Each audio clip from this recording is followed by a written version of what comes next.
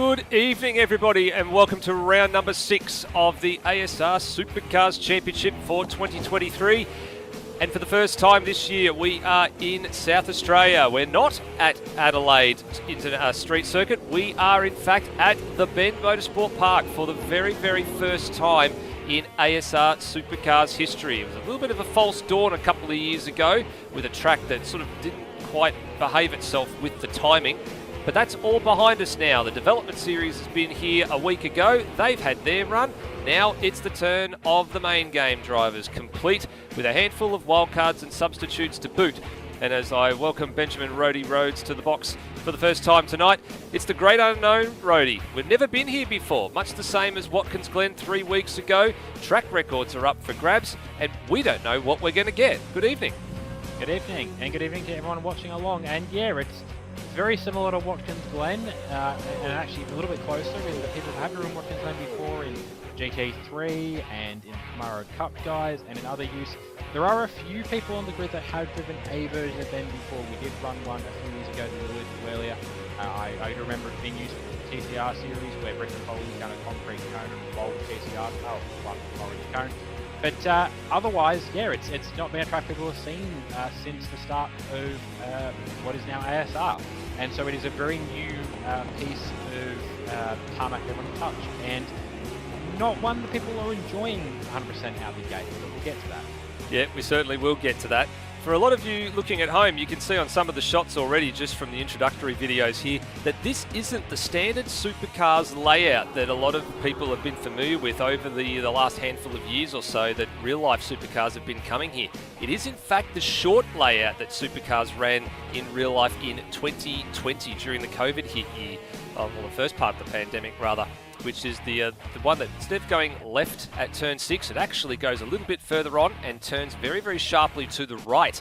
A little bit of a connecting road that comes back onto the main circuit. So this is what's catching a few people out tonight. A lot of people are sort of not quite prepared for the shorter layout that has been served up. But from what we're looking at here, Rhodey, like looking at the development series a week ago, which was broadcast here on Outworld Broadcasting at shorter notice because unfortunately Lewis Wedding came down unwell on the day.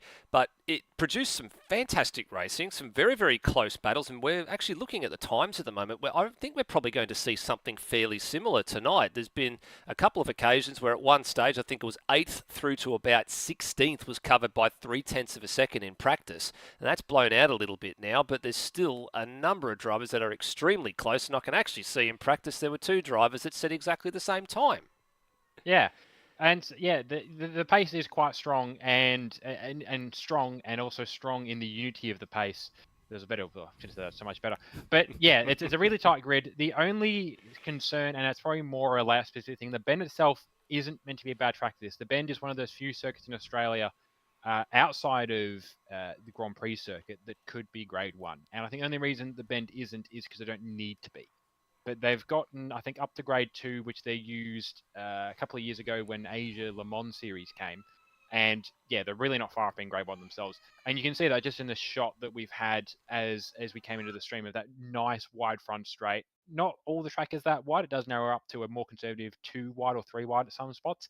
The one tricky spot, though, is that shortcut that we use to create the West Circuit. It goes from a track surface, or the track surface itself is technically like 3 cars wide, but because it's such an acute angle, it basically takes the entire track surface to make one racing line through there. So you have a braking zone that's 3 cars wide going down to 1 car wide, comes up to 2 cars wide, then a little 1 wide flick right that you kind of have to mount the curb to get the quick run through. And then you enter the back sector of the track, which in itself isn't so much a spot where you can't pass, but it's a lot of it is, you spend a lot of it waiting to get on throttle. And that's a tricky spot to go too wide with someone because you're already having to play almost sort of the nutcracker, I suppose, with your car just out there, just on twinkle toes, just trying not to spin the thing or get the car out of the corner. And that's hard enough before you then have to consider having someone alongside you trying to do the same thing. But we did see, a lot of the racing was pretty good at the front of Dev Series, but the concern from a few guys in the pack, especially some of those guys who come across from Dev Series, is that perhaps we might have some of the stuff we saw at the back of the pack in Dev Series come to the fore as well. That said, the guys in Supercars are here for a reason. They all have been here for many years. and they know how to race around each other. Yeah, they certainly do, and you're right. There's a couple of parts of this track where you sort of got to rob Peter to pay Paul a little bit, and that little sort of flick coming out of what is now turn 6 and turn 7, and then how do you actually tackle the next part of the course? Do you take a little bit of a different approach to turn 7 to try and open up the next corner? Do you take a bit more speed through turn 7, and then it puts you on a bit of a narrower line for the next part of the track? There's a few little things that I think a few drivers are just struggling to figure out. And as we bring up our track map with thanks to Google Earth Studio, let's actually have a look at this layout in question. So down towards South Australia we go. Just out of Adelaide, you've got the town of Murray Bridge. And a bit further on from Murray Bridge, you of course have the town of Tailem Bend itself. Only a small population that grows rapidly every year when Supercars goes here. And then on the outskirts of Tailem Bend, on the the Melbourne side of Tailem Bend, or the border side of Tailem Bend, you have the Bend Motorsport Park. And it's a massive complex. There's 4 circuits in total here, 2 of which can be used at the same time. And tonight we are using the West layout. 3.41 kilometres of tarmac, 12 turns, and we've got 3 15-lap sprint races tonight. So you can see there, qualifying and race records are up for grabs tonight. And what we talked about a bit earlier, when you come through the fast sweeper at turn 5 that goes left, normally turn 6 would go to the left again, and then there'd be a nice sort of a big balloon loop that goes all the way around, and then the circuit eventually rejoins at turn 7. But we've got that little shortcut that goes from turn 6. There's a hard right-hand hairpin there, going down to the shortcut at turn 7 and then back onto the main circuit at turn 7, heading up towards turn 8. A couple of pinch points here. Turn 6 is the obvious one, slowest corner on the circuit. Turn 11 is reminding a lot of people about turn 10 at Winton, which is a right-hand bend that is more than 90 degrees. This time it's a left-hand bend that's more than 90 degrees. This time it's a right-hand bend that's more than 90 degrees, and it's a second gear corner. And then, of course, turn 1 is going to be where all the activity funnels into on multiple occasions, not just at the race start, but it's where it's going to funnel into as probably one of the primary passing zones for the night. So that's what our little track surface looks like. We're not too far away from getting some action underway for qualifying, Rhodey. And, well, let's put it this way. There are a few jokers in the pack tonight. We will talk about them in a few moments' time. But they are the wildcards coming in from the development series and the substitutes. But it's time for a couple of people, I think, to renew I wouldn't say some hostilities, but to renew some rivalries, I think, because there's a former champion back in the field for the first time in about 7 or so months. There is, yeah. So those looking at the timing tree will notice a name they haven't seen for a little while. It is the one and only L. Rosella, or Luke Rosella. He's returning not under AAR this time. AAR having wrapped up the end of last year. Doing much the same as what his drivers did. He's only move over to the real Holden Pixel Racing team, or I should say the real Holden Pixel Racing team. And he has been given the driving suit and the seat of Lewis Wedding, who is stepping away for the rest of the main season. I expect we will see Lewis returning for the Enduros, but not unlike Jamie Whincup, Lewis is stepping back to take a managerial role within the team. Whether he's been fired or whether he retired himself, it depends on who you ask. But yeah, the aim for the team very much still is to try and have a swing at the team's title, and that sort of influenced their decision when it came time for Lewis Wedding to step out of the car. Yeah, very, very important that as well. That they're definitely targeting the team's title in this particular aspect, but most importantly to note that Luke Rosella is not going to be able to contest every single race. He, of course, has got some other real-life commitments, some commitments in the iRacing realm as well, so he's not going to be able to make every round. Noticeably, from what we've been told, as it stands right now, he won't make the Bathurst 500, which, of course, he's a two-time winner, I think, of that particular event as well in the last 2 seasons, so won't be back to defend his crown. But that means that someone else will be stepping up to take the challenge up of becoming the next Bathurst 500 champion. So Lewis Wedding, we are expecting, will step into the car again at that point. As to who he partners, we're not quite sure. I mean, the logic would dictate he'll be partnering Brendan Ross, but We just don't know yet. It's a bit too far away to determine that. And it's good to see that there's been a couple of drivers from the development series in Super 2 and Super 3 pairing up in the last sort of 7 days or so and forming an entry. So Enduro Cup entries are starting to roll in, and lineups are starting to be finalised. So we're very much looking forward to that over the next couple of weeks, because drivers have got to start getting some cars painted, and there's a lot of, I guess, competition up and down the lane at the moment, Rody. Plenty of Supercars drivers looking for Super 2 drivers, and how quickly and how smartly they are driving to fill some of those vacant seats. Yeah, there's already been I've been sort of witnessing, as it is through the PBF planning phase, just some of the interest we're having from some of our drivers. I know Zach Brown's been targeted by a few parties, some of them not actually within the ASR Supercars Championship itself, but a few of them looking at Zach as a potential option to partner up with. And I know, even though he hasn't been running a lot recently, John McDonald is another potential hot property for the Enduro Cup. But also then, in terms of Dev Series, there are the guys that are full-time running, so people like Anthony Green is going to be pretty popular, I would think. Hayden Cuppert, we've seen already been picked up.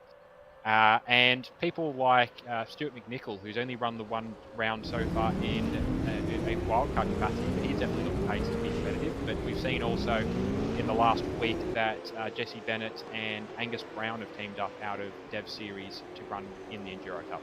Yeah, you're not wrong. And we're also seeing that a number of the Super 3 combatants that have been given the green light to team up as well. That's the more encouraging thing there. There were some drivers that probably weren't going to put their hand up to run, because they might have thought they might have been a bit of a hindrance rather than an actual reasonable race driver. But no, there's been a few drivers that have definitely asked the question, and they've been given some dispensation to run as a pairing. There's a couple of good pairings in there, as you said, Angus Brown and his teammate, and of course Cam Rutledge has brought in a couple of drivers into the development series fold this year.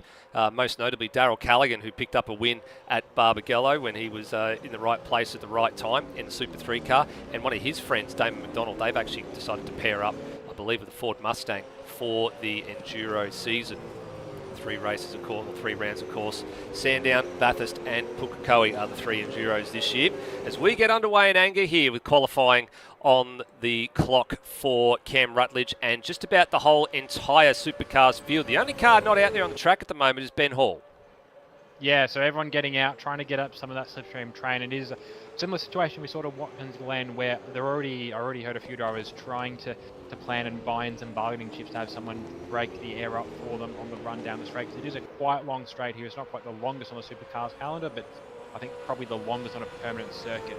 So Cam does lead us around in the background. He's got a bit of a gap back there to Rapp, who's having his first drive under the new PBF Motorsport Super Light program, and a couple of cars further back as well. But they've actually all spaced out a little bit, so it's less of the trying to get a slipstream and more just trying to get in and get a banker lap down as soon as possible, because congestion could be a very big problem around here. Yeah, we did see congestion was a little bit of a factor in the development series around 7 days ago, and mainly at this corner here that Rutledge is coming up to at the moment. This is turn 11, where we said reminding a few people of turn 10 at Winton, just going the opposite direction. And a few drivers were just sort of checking up a bit at that corner and looking to find a gap, and unfortunately a few drivers sort of tripped over each other and got in other people's way. And of course, in Supercars land is going to be an instant penalty for the next round if you do such a thing. And Rutledge puts the early marker down there of a 1:17.6 and immediately being surpassed by several drivers here. It was Higginson from Licata and then Rosella to the top. First man into the 15s, 15.9. So the former champion wasting no time whatsoever getting down to business aboard the 88 machine. And that sends a warning shot. Absolutely. So Noah Tara's jumped up to the second, Tim Redmond up to third. I've got an understanding of where the race pace is at for some of these guys. Luke maybe wasn't quite as strong in the practice server, but he's got the talent pool there. Having been a previous champion, he just has to maybe just get in and unlock it and dig out from the sheets of paper that he's built up with all his other all the knowledge he's got for his invitational work in iRacing. But yeah, strong performance from Luke out of the gate. And the one I'm not seeing on the list at the moment is Will Devonish. No, he's actually down 19th at the moment. Still keeping an eye on him to see what he's up to, as Rosella's gone off the road at turn 8. Higginson upped into 6th place at the moment, so that's actually a really, really good run for him at the moment, having a good start. Will Devonish is actually just coming through the inner sector of the circuit. He's actually up on Rosella's time, but not by very much at Sector 2, up by 11 thousandths of a second right now.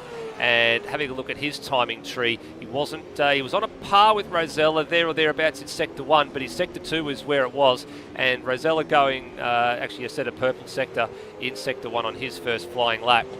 What's the current championship leader got in store? He hasn't had much practice this week. He actually came back from holiday not long ago as Bailey Hall gets a massive tank slapper in the back of shot there. Devonish dropped a ton of time in the final sector, 6/10 if you don't mind, and he goes P3 with a 16.5. Yeah, he had a bit of a dirty slide just after the second sector marker through that long sort of double left-hander, which would be where he lost the most of his time. He's having a little bit of wobble there through off of turn 2. So very, very lively rear end in the CRE Mustang right here. And I think he's got the pace to challenge Luke Rosella. But yeah, he's going to have to go back and have another run at it. He's pushing on again this lap. He's 2 tenths off of his PB through the first sector there, so I don't think with this lap that he's challenging. No, certainly not. The best of the CRE cars at the moment is the supported CRE stable of the amped up racing by Noah, with Noah Turra at the wheel. He's currently provisionally front row of the grid, although he is down by better part of 6/10 of a second, and only fractionally faster than stablemate Will Devonish, with Tim Redmond in 4th. So Holden first, 3 Mustangs, and then another 2 Holdens of Leonard Grossel and Dane Liccardo. Then we actually get to the first of our wildcards for the night.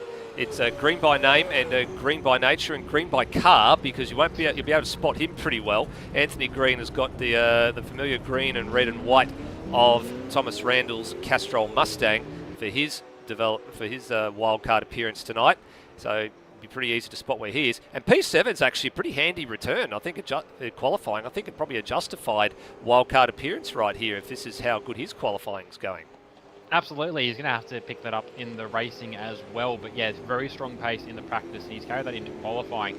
And he was sitting there saying, I'd like more pace, but he also doesn't want to be moved up to supercars entirely. And with that sort of pace, I'm not saying he's there yet, but I mean, he's setting us up quite strongly. He's putting himself in the same sort of pace bracket as Leonard Grossel, who got moved up after 1 round, and after Brapp, who is on the run for the championship this year, and definitely with that sort of pace from Brapp, probably in the window going supercars only next year as well. So he is in fairly esteemed company, although he has just dropped back to 9th with the improvements from Termo moving up to 7th. And Noah Turra picking up. Noah Turra was still 2nd, but he did pick up a little bit of time in that one there. So he improved his time, but not the place. So that just moves him a bit further away from Will Devonish. We've got a couple of drivers that are sporting some new liveries this round, or driving their liveries for the first time actually. So Dane Liccardo, this is the first time that he's actually driven the Outward Engineering livery in Anchor. Formerly Scott Murrell actually raced this car, I think it was. Actually, no, you're right. Actually, no, he did it was at the last round, sorry. Yeah, Watkins was the first he ran it. Yeah, sorry. So he has run it once. All good. Yeah, and Murrell ran it before him. He did, but the one driver who is making a debut appearance for his livery is Ben Hall, who missed Watkins, unfortunately, and was quite keen to run the Gravedigger livery. So instead, he's chosen to run that tonight. Yeah, well, here he is down at turn 6 and getting it a little bit wrong at turn 6. And now pushing up towards turn 7 and 8. He's being pursued by Steve Warwick, who's making a second appearance for the Kiwi stable, the Team Tanifer entry. The car hastily repaired after its car 747, and it had some 747 style antics at Watkins Glen, and actually leapt over the fence at the top of the hill after a bit of a major coming together between himself, Lindsay Muddle, and a stationary Lockie Lock. There's another car off there on the left-hand side. Steve Burko's retained the Interstate Batteries inspired livery for his CRE Performance Racing Commodore this round. Good improvement from Ben Hall on the time there. Definitely much, much better than what his first opening banker lap was, but he does not improve the place. As Rosella improves further, he's now lobbed another 0.3 of a second off his time. He's now down to a 15.6 and starting to get out of range of everybody in this qualifying session. Quite potentially, and I will say, as things sit, and it's been sitting this way the large part of the qualifying session, but it is a somewhat useless fact to the point where I don't think we would have tracked it even if we were looking for it. But this might be the first time we have 2 South Australians start in the front row of a South Australian track. Yeah, this is ominous signs, isn't it? Luke Rosella and Noah Tara, the 2 Crow Eaters on the front row at the moment. I don't know if they're Adelaide Crow supporters. I actually think that Luke Rosella is a Port Power supporter, Luke is a Port supporter, so you've just defended him. Yeah, I'm I have. Not sure on where Noah's allegiances lie. Yeah, there. for a long time there's always been this debate around whether or not you have, what sort of footy team you support, and that's sort of been the, I guess, the nickname for several states. Like I remember back in the day, it was the West Australians were often called sand gropers because they've got so much coastline. It's not funny compared to everybody else in the country. And for a long time, the South Australians were often referred to as Crow Eaters because that was just the only football team that was there at that point in time. Of course, they've now got 2 of them. Yeah, so I was keeping an eye on Will Devonish there coming to the line, and this will be, I think, for his second last lap. He will just get to the line in time, but he was green through Sector 1. He was, purple through Sector 1. I missed his Sector 2 time, but he's going to be up there, and actually he has followed the party, so he's gone to 2. Now up ahead of Noah Tara. Well, I was just about to say, because he had just been recently jumped as well by this man on screen, Tim Redmond, so he was 3rd for a brief moment. He's now gone back down to 4th as Devonish gets another flying lap, and he's bailing. So Devonish, just keeping on the monitor here, he is done and dusted. So 2nd is as best as he can muster, but he did dive into the 15s most importantly. He managed to get a 15.7 on the board with a 5.9 on the end, if you don't mind me asking. And then Redmond doesn't improve his time at the end of that one as well. Noah Tara is done, so the top 4 at the moment currently locked in, unless anybody else can jump up from further down the order and spoil the top 2 rows. The next man of those is Brapp. Yeah, the next man is Brapp, and he's the other one running a delivery we've seen. It's a livery that Pete Savage was going to run. It's a livery that Phil Boak has been running this season, but it's been retooled, so we've got the gear wrench down the side rather than the Thrustmaster, and a few other sponsors changed out as well. But he's improving on his PB, but I'm not sure it'll be quite enough to catch Tim. He was only, I think he was something in the region of 1.118 up on his PB, and he's got to catch 0.18 to get up to where Timmy is. That said, a good run out of the last corner might just get him there. Late improvement from Rosella. He does a 15.3, so he's absolutely smashed them on his return here. And Brapp lost all his time in the last sector as well. He was line ball with Tim Redmond if he was actually going to grab that place or not, and unfortunately comes up a little bit short. A few drivers now pulling the pin. Devonish into the lane, Cam Rutledge into the lane. So I think everybody's just about given the game away here. I can't see any more improvements on the clock. I can't see any more people improving their times at the moment either. Everybody has completed qualifying and everybody has a time on the board. And we did lose a driver partway through that section, which was Bailey Hall, but he did set a time and has just exited the server, albeit temporarily. So Rosella, qualifying record on return here, 15.340. Just over 4/10 clear of Will Devonish. So there's your track record, 1 minute 15.340 for the West layout in Supercars. And then Noah Tara and Tim Redmond are on the next row of the grid. Brapp, Leonard Grossel, Dane Liccardo, Anthony Green is the best of the wildcards so far in 8th place from Curtis Egmanis. And Brendan Ross actually with a reasonable qualifying there as well. He gets up into 10th place. Yeah, we did see in the chat right at the start, before we actually went live, that Rossi was letting us know that the Real Pixel Holden Racing team would be bookending the grid. I think what he meant to say was bookending the top 10, because that's a bit of a stronger performance than Rossi was leading us to believe. That said, we do still have 3 races left to go. We still do, and just some confirmation in the chat there from Bailey Hall, some steering issues for the number 38 machine, but he did set a time, so he will be classified from his actual starting spot. We'll find out where that is very, very shortly. As we trek over into warm-up for a few brief moments to get drivers can get ready to go again.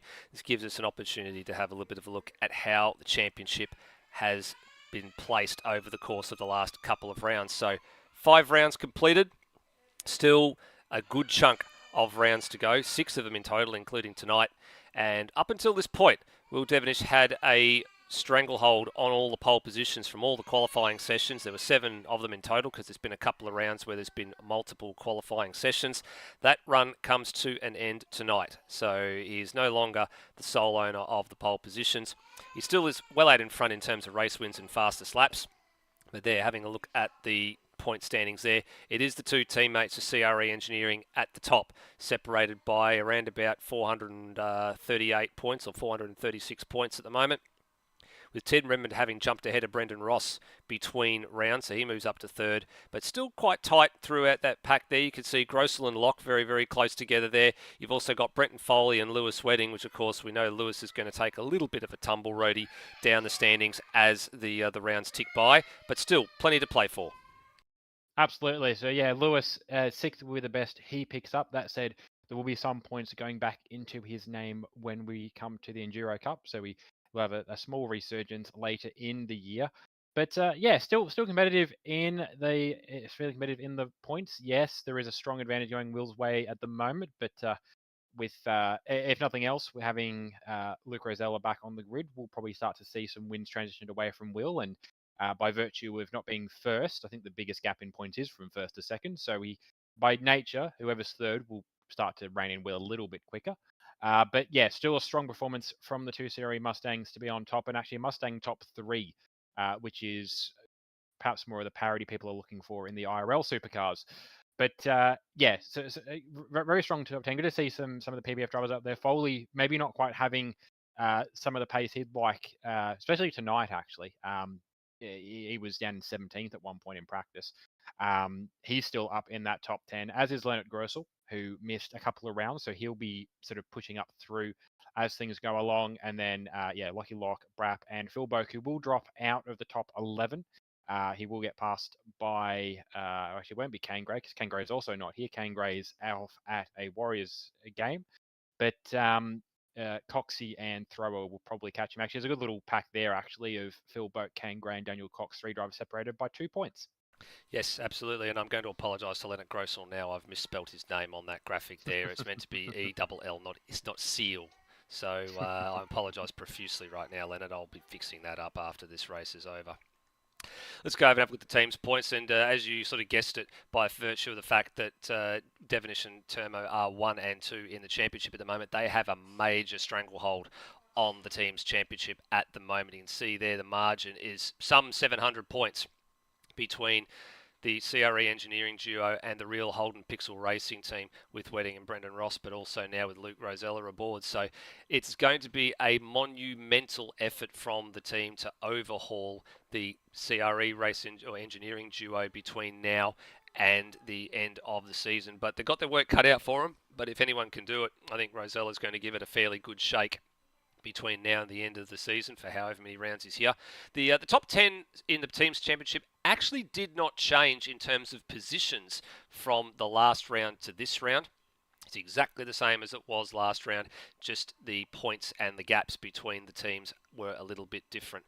And still a handful of drivers that actually there's a few drivers on, I guess, on the list that haven't showed up in recent rounds as well. So Lockie Burke and Hans Brunswick, I guess, are a few floaters in here at the moment that we're not quite 100% sure why they haven't partaken as many rounds as possible. I think that Lewis Wedding, as the team principal, was probably looking forward to having them participate a little bit more often than they otherwise have been. But we know that Berkey's had some karting commitments and a couple of other things there. And Hans is just like a bit like a ghost, isn't he, Rhodey? We just don't know when he's going to be here or if he's not going to be here. I wouldn't say it's unique just to Hans, but there are some days where the work days get to him and he just wants to come home and have a nap. So I wouldn't be surprised if some of those happen to fall on the race days. It is quite busy, quite hectic work, I think, being in the legal field. But yeah, talking about drivers that we're not seeing too much of at the moment, as I mentioned before, Kane Gray and Cheese both not here, both being filled in again. This case, Steve Rourke returns for the team again, along with Hayden Cuppett. They're also at the same out for the same reason they were out last round. They've got a Warriors game to get to. Yep, you've probably noticed already there's been a couple of references on their cars across the course of the season to the Warriors, especially on the back of NZ Snipes' car. I think he's got a little something scrawled on the back part of the Mustang. I think Cheese might have that as well. So massive support for the Warriors while they're doing reasonably well in the NRL at the moment. And that's where they are tonight. Actually, just as a side note, you did mention like Phil Boak not being here today as well. His wife's birthday today as well, so happy birthday to Mrs. Boak, and of course the two children that are there as well. And what's a very busy household for Phil. He did say he was going to jump on drunk a little bit later, so I don't know whether I should be worried, scared, or pleased to hear that. But I think if anything, if you've ever been in a chat drunk with Brett and Foley when he's had too many Long Island iced teas, I got a funny feeling that's what we're about to inherit when Phil Boak turns up at the end of racing tonight, Rody. I think I've been in a chat with drunk Boki once or twice. Maybe not quite as loose as a drunk Foley is, but definitely still a party starter. Yep, definitely. I agree with that. A party starter indeed, as we've just got a few drivers at the moment. Just finishing a few practice laps as the warm-up session has expired. We're just waiting on one driver, I think, at the moment to jump back in so we can set a grid for qualifying. We spoke about this earlier, Rody, as well. Tonight, it is the great unknown. We just don't know what we're going to get. We didn't know what we were going to get with the development series drivers last round that they had a week ago either at this very circuit. And we got something that I guess was a bit of a combination of some really great hard racing. We had a few new faces turn up that really sort of stamped their authority, not just on the race, but I guess on ASR in general. And I'm sort of keen to see now if that's sort of like the curb in the curtain raiser to what we're about to see tonight. But the proof will be in the pudding. We don't know what people's race pace is. We know that a lot of people have had some different programs tonight to try and learn this track, so it is a massive unknown.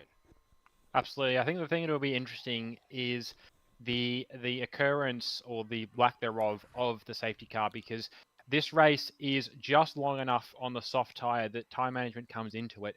And as we saw even in Dev Series, Jesse Bennett being one example, he's watching along in the chat. Pitting during the race is a massive free kick. Oh, it's suicide.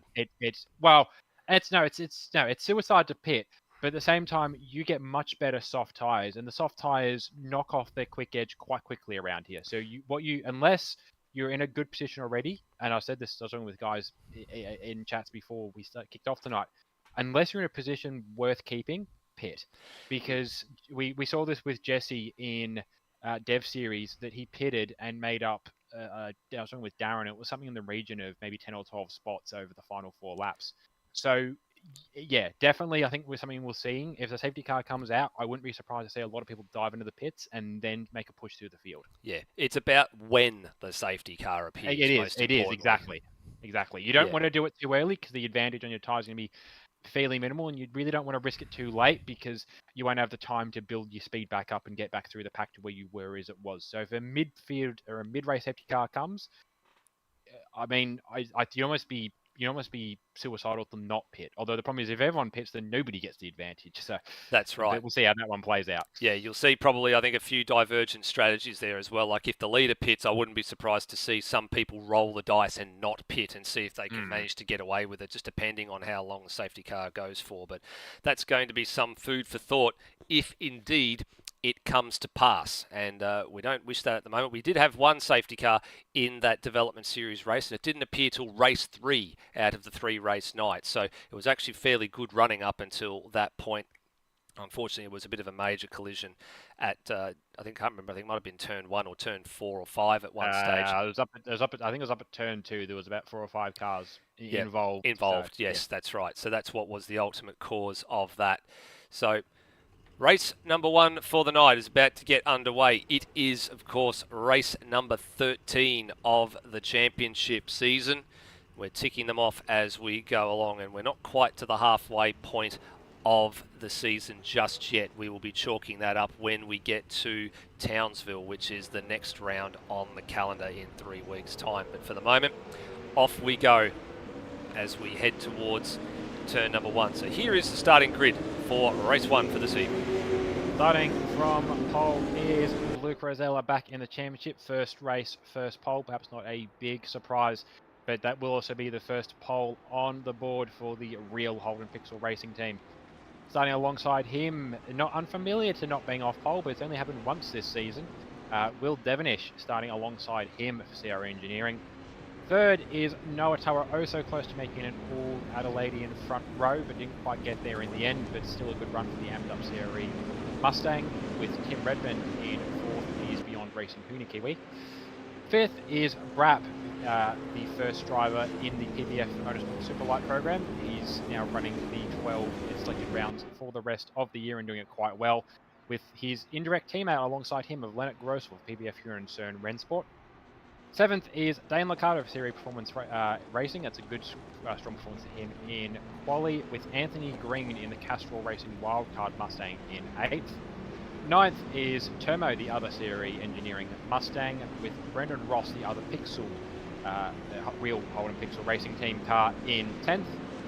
11th is Peter Throw, a good run from Peter in qualifying from the broadcast cover car, with Cam Rutledge in 12th, the first of the Series Motorsport Cars. 13th is Steve Warwick killing it again for the 747 for Beyond Racing Team Tanifer, with Brenton Foley in 14th for PBF Range Engineering. 15th is Nathan Higginson for Beyond Racing Young Guns. It was a good qualifying performance to begin with, but kind of fell off in the end, with Zach Brown starting from potentially the pit lane in the other PBF Range Engineering car. 17th is Daniel Cox, the other Series NC Motorsport Commodore, with Hayden Cuppett filling into the other Beyond Racing Team Tanifer car, the 420. 19th is Steve Burko running the Interstate Batteries livery. He ran at Watkins Glen with Lockie Watkins in 20th. That's probably the furthest we'll see him down the grid this year. 21st is Bailey Hall, who missed the later part of qualifying, and 22nd will be Ben Hall, bringing in the Gravedigger livery, which he planned on running at Watkins Glen. Certainly is, as the field sort of gets ready to get underway here for the first time racing at the Bend. There you go, they're lining up all there. So it's a former champion and the current championship leader on the front row. Supercars finally goes racing in South Australia at the Bend Motorsport Park for the very, very first time in championship history, and off we go for the first of 15 laps tonight. And as we have seen time and time again, Rosella the whole shot off the front row of the grid. Good start from Redmond. A little bit of an average start for Will Devonish, and he slots back into about third or fourth place on the run to turn number one as it gets quite congested. Heading down, and there's been a bit of a disaster at the back as there's a car facing the wrong way. It looks like it's Dane Liccardo and Peter Thrower. Yes, it is. There's a couple of cars pointing the wrong way and caught in the sand trap. No safety car. We are still going at the moment. What has happened back here at turn number one? I'm really surprised that wasn't a safety car. So in the background, Pete Thrower taking a line similar to what we saw from Courtney in 2013 at Phillip Island, just diving across the grass on the inside. I don't know how that wasn't a safety car. There was a car off the road there too. I think it might have been Ben Hall maybe off the road there as well. So maybe some unsighted activity there, as Peter Thrower looks like he may have been able to dig the car out of the gravel trap he has. So that's important for him. He keeps going, so he can keep some points going, because of course Zach Brown starting from the pit lane. It means that Thrower is not indeed last, but there is a sizable dent in the driver's side door of the number 56 Beyond Electrical Mustang, and his teammate up in P2, well, he's got no wingman at the moment now. He's got to do all this work himself. He's got to chase Rosella, and he's got to defend from Will Devonish. Yeah, from what that looked like, I went back again and had a quick check, and actually it was Ben Hall. It looked like he perhaps missed the braking mark of the car in front, chose to dive on the grass to avoid him, and then of course there was zero braking, and so he was a bowling ball throwing straight into the pins there at turn one. He had zero control, but it still wasn't a great look, and yeah, I'm surprised that we didn't have a safety car, or I suppose more damage out of that one, but that's still not a great way to start the race. No, certainly not a great way to start the race. This is the kind of racing that we saw in Development Series a week ago as well. So you've got some door handle to door handle action here. Steve Warwick and Nathan Higginson this time around going toe to toe. Slightly different lines through turn 4 and then on to turn 5. And the defensive line from Warwick now as Higginson looks for a bold move down the outside at 6, but it's a pinch point, so you've got to be really careful there. And then Higginson stuck his nose in there in turn 7 and had to pull it out very, very quickly. Otherwise, he was going to have it cut off despite his face. He probably would have lost the front bar of the number 00 Beyond Racing Young Guns entry there. And Warwick was firmly ahead there. There was definitely going to be no way through for Higginson at that corner. Yeah, he's going to maybe have another look at a move here. But I think Steve's going to position himself properly to have a run. These guys are in the same chat, so they will be communicating, and they have been good little rivals through the time they were running in Dev Series and in some of the other the series that we run. They've been running together fairly well. So yeah, good little run from these teammates here. Different manufacturers, but the same team. And got a good little train forming in the background as well, with Daniel Cox trying to hold off Bailey Hall. There's also Dan Liccardo and Hayden Cummins in that train. He certainly is. So there's Bailey Hall with a bunch of Commodores and a Mustang in behind him there as well, as they head now through turns 2, 3 and 4. Check this out, Rhodey. Brett Foley is up to 5th place. He started 16th. Yeah, so a strong start, and more than a strong start. It's an amazing start. Perhaps capitalising on some stuff that we've missed in the process as well. I mean, Brapp's another one that we did watch get tipped off. He went for a somewhat ambitious move. I think he maybe just was boxed out slightly in a move on Tim Redmond that ended up with him spun backwards. So he's done a good job recovering, all things considered. But yeah, Foley, and I was talking to Foley before we started qualifying, and Foley was very, very much wanting to put the Bend in the bin. So maybe he's taken the strategy of the sooner I get this race done, the sooner I'm done with this track. So, you know, I want to finish the race further up the grid. Yep, I think that's probably a logical call. And behind him, another driver that's had an equally good a start is Brendan Ross. He's moved up 4 spots. He's started 10th and is now currently 6th. So he's capitalised on a few little issues there as well. He's actually managed to jump Will Devenish's teammate Curtis Igmanis as well, and that's important from a points perspective, which means Rosella's out in front of Devenish at the moment, and then Brendan Ross is ahead of the other car. So this right now is a net gain in terms of teams points for the Real Holden Pixel Racing team, but they've still got the better part of 11 to 12 laps to go in this race alone, let alone the rest of the night. Absolutely, and we're going to start to come into a phase where the tyres are going to be coming in a little bit second hand. So whoops, there goes Ross. There goes Ross. He went a little bit too deep there, and we're watching Greg Noatara. He's up the inside here, and Ross has to... Ross somehow managed to wrangle that position back. Looked like it was almost going to be lost for a moment there as they go side by side through 8 and 9 and now into 10. And then Anthony Green's in the hot shot here. He might try and sneak a move here, but there's just no room for the number 55. No, that was a smart move from Anthony, because there would have been plenty of spots there to go for. Well, definitely he had the run on them, but just couldn't go anywhere the way these two were racing. And what that's done, and I was going to say it before it happened, was it was going to bring Green in. It's also brought Brap in, and actually he's a little bit far away, but this is also helping helping Termo, Curtis Igmanis, in his fight to catch back up to Brendan Ross as well. Yep, so you're right. It put Brap right on the tail of Green. It put Green right on the tail of Ross. And you can see it looks like Brap just having a bit of a look in the back there at Anthony Green. Those two, no strangers to each other. They did development series driving here a week ago. And it looks like Brap might have just been able to get down the inside of Green. I think he's got that move done.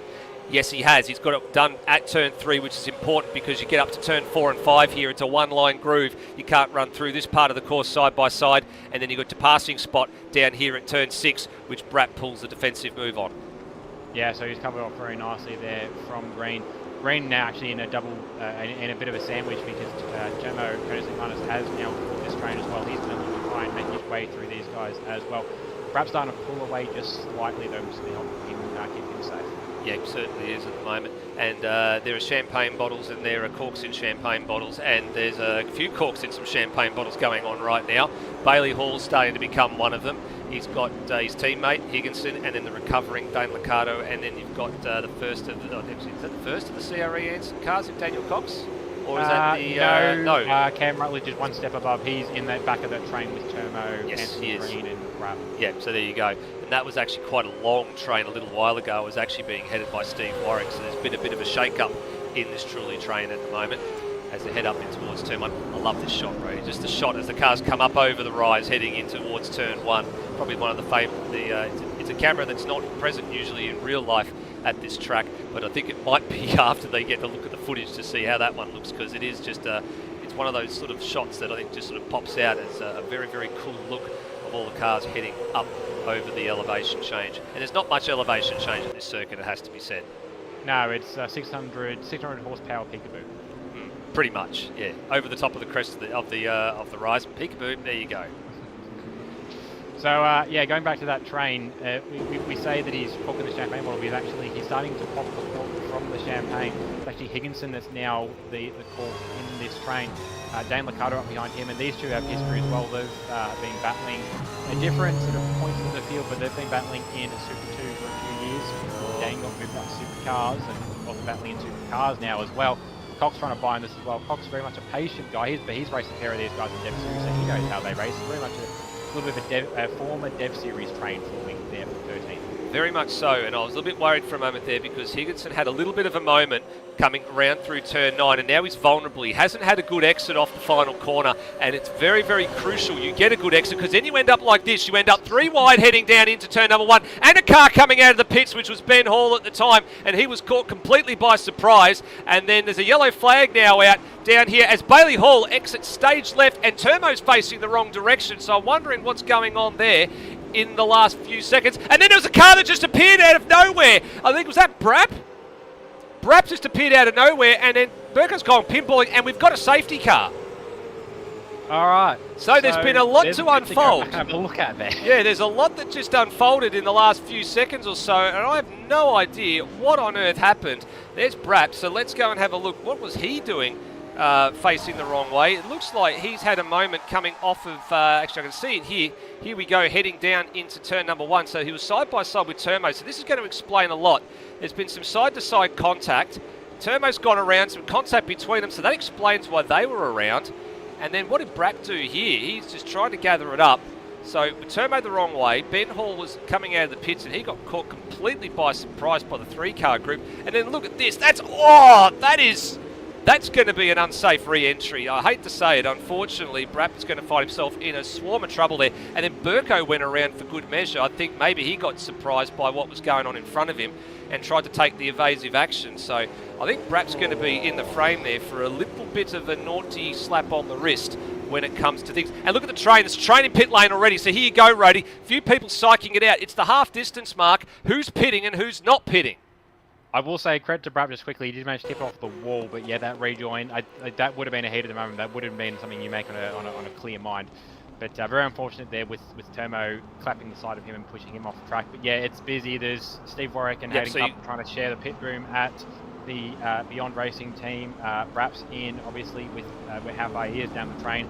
Cars that have stayed out so far, Luke Rosella, Will Devonish, Tim Redmond, Leonard Grossel, Brenton Foley. So basically, anyone in that sort of top 10, the first of the guys that have actually made up moves because of this is Dane Liccardo, who's now 9th. Yeah, so it's some very, very short stops going on here at the moment. So about half the field pitted. I'm looking at it right now just to see who on track pitted first. And at the moment, it looks like that might be Brendan Ross in 14th place. I don't think Zach Brown got in, and I don't think Steve Burko maybe. I'll have to go back and just check the timing and see what happened there. But everybody from Brendan Ross down in 14th came into the lane. Of course, Ben Hall's now gone 2 laps down. So he's had a shocker of a run here. Yeah, he did pit early under green flag running, so that will throw him off as well. I'm not sure if he picked up damage or what happened. So he's just trying to get some points, but I can confirm Ross was the first to pit. Yep. So the 2 cars in front made up spots by virtue of Ross pitting. And yeah, this is going to be where we see the split now with the fresh soft tyre versus the used soft tyre. And this is about the point where this is the point where you wanted to pull the trigger. Yeah. So yeah, we're going to see some moves happening now for Ross as the start of that group of cars. But yeah, we're going to see how this plays out. Just looking at some of the comments in the live chat, I think the best one that I can see there is from Darren Lockton at the moment, who, in capital letters, who pressed the chaos button. I think that's probably the only way we could describe that action at turns 1, 2 and 3. It was a little bit of chaos. I'm actually surprised there wasn't more panel damaged cars as a result of it. It's not dissimilar, I suppose, in ethos to what we saw that caused a safety car in Dev Series. It's just a few less cars involved directly, and the accident went a bit longer into the track rather than just being a turn 2-3 incident. It sort of evolved down towards turn 3, but it evolved towards the exit of turn 3, and on down towards turn 4. So yeah, it means to see, as I said, whether Spice is up, who will come in and who hasn't. Interestingly, all the guys at the front haven't, so they're going to have a battle for themselves in used tyres, Whereas the guys at the back, I suppose the guys at the back to really sort of keep an eye on. Brat was running pretty comfortably up the front until he made friends with Turmo. Turmo's in along behind him as well, so they're going to probably try and pull up through the field. Having a look at the rest of the here they are on screen actually. So yeah, Brap so actually's lost 14 spots overall since the drop of the green flag. So he's the biggest loser out of all of that one. Not by weight gain, but he's just the biggest loser in terms of spots. And then behind him, you've got Egmanus, who's lost 11. So they've become major casualties, not only of the contact, but also of the safety car coming out as well. The safety car sort of saved their bacon a little bit. It's giving them a little bit of time to catch back up to the field and sort of get themselves set and ready to go as we're going around again under safety car. The only other ones that I can look at here just to see who's actually gained some spots. So Brent Foley, we know he's had a really good run. He's still in 5th place, so he's still gained 9 spots as a result of that. And the other ones that I can see, Burko's gained 7 spots, but of course he was sideways and backwards at turn number 2 and 3, and actually probably I think for reasons the only thing I can think of was that he was caught off guard by Brat's potential unsafe rejoin, and the cars ahead of him that were checking up to avoid causing a further catastrophic accident. So he has managed to just recover some of those spots and make a bit more of a gain as well. So he is the last one, as you said, that is, him and Zach Brown are the last 2 cars that have not changed tyres. And then behind them, it's actually Brendan Ross and Peter Thrower. They're the ones that are on the best rubber at the moment, so I'll be keeping an eye to see how much progress they can make. Yeah, it's everyone in that train behind them, including technically Ben Hall, who is 2 laps down, but I'm pretty sure he was also in that last stint. So, yeah, the biggest losers potentially, if tyre advantage is, as I suspect, will be Zach Brown and Steve Burko, because they're just in the back of the train. They'll be the first of the used tyre cars that all these guys behind come up to. I don't think people of the end of the field, of the Tim Redmond, of the Will Devonish, of the Luke Rosella are going to quite be threatened by these guys, but I would not be surprised to see some of the tyre runners definitely complicated, maybe start to pick 5. Well, let's see. We're waiting just to see if we can actually get confirmation that safety car's going in this lap. Keeping an eye on our race leader at the moment. It's tucked up behind the safety car. Now, because he hasn't got a hell of a lot of a margin to the safety car, and because everybody's not right up, bunched up close at the moment, I dare say we might be going around again here. So every lap that the safety car does at the moment probably is benefiting sort of the top half a dozen cars and insulating them from an attack from any of the drivers that are on faster rubber at the moment. And we are going to be going around again by the looks of things as Rosella catches the safety car through the last corner, and we are going to go around again. So we're going to have about 4 laps remaining to decide the first ever winner of the race around the Bend Motorsport Park on the west layout. Just having a look at the lap times at the moment. Fastest lap of the race is indeed the race leader, Luke Rosella, 1 minute 16.165, and he's got a comfortable half-second margin over the next fastest lap, which is being held by Will Devonish at 1:16.610. Confirmation from Lewis Wedding in the chat that we are going green next time around. So any late mail, any drivers going into the pits late to pick up a little bit of extra tyres, well, if you're down the back of the grid, you've got nothing to lose, so you may as well, but there's no takers. Everybody's staying out there on the circuit. Something I've actually missed in all that as well, I can't actually recall if, actually there's a good chance that Ben didn't pit. What this has done though with Ben's position is he's not actually the back of the train as I thought he'd be. He's behind P11.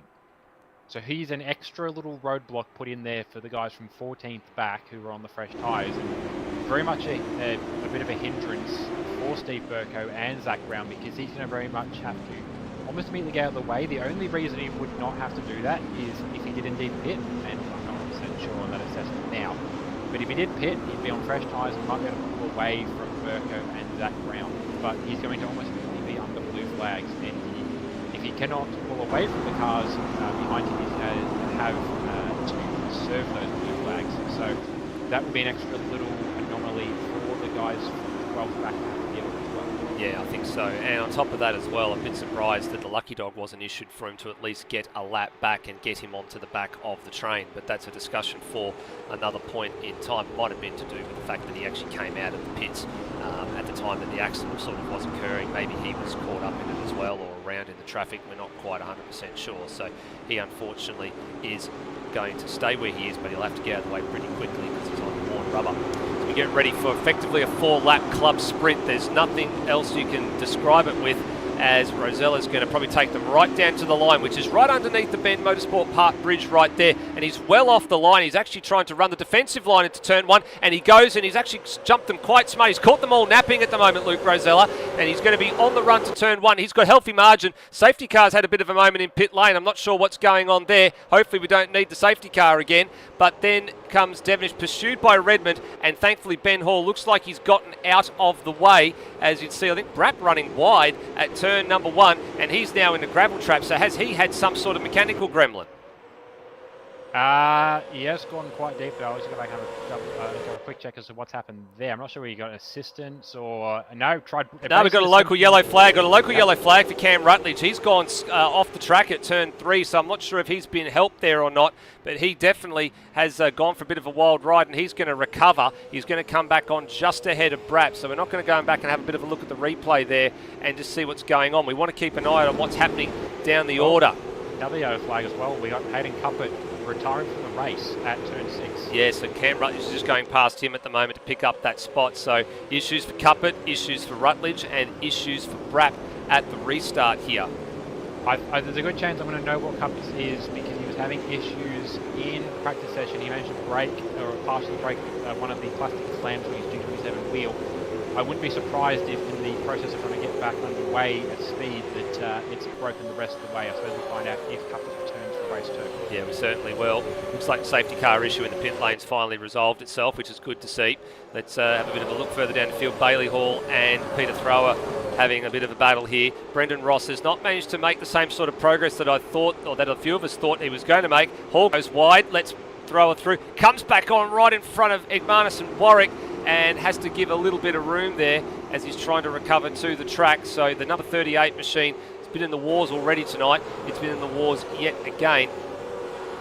A couple of moves here being made. So Anthony Green has lost a spot or two at the restart here, and here comes Brendan Ross, 10th place car, looking to make a move on the 55 Castrol Mustang.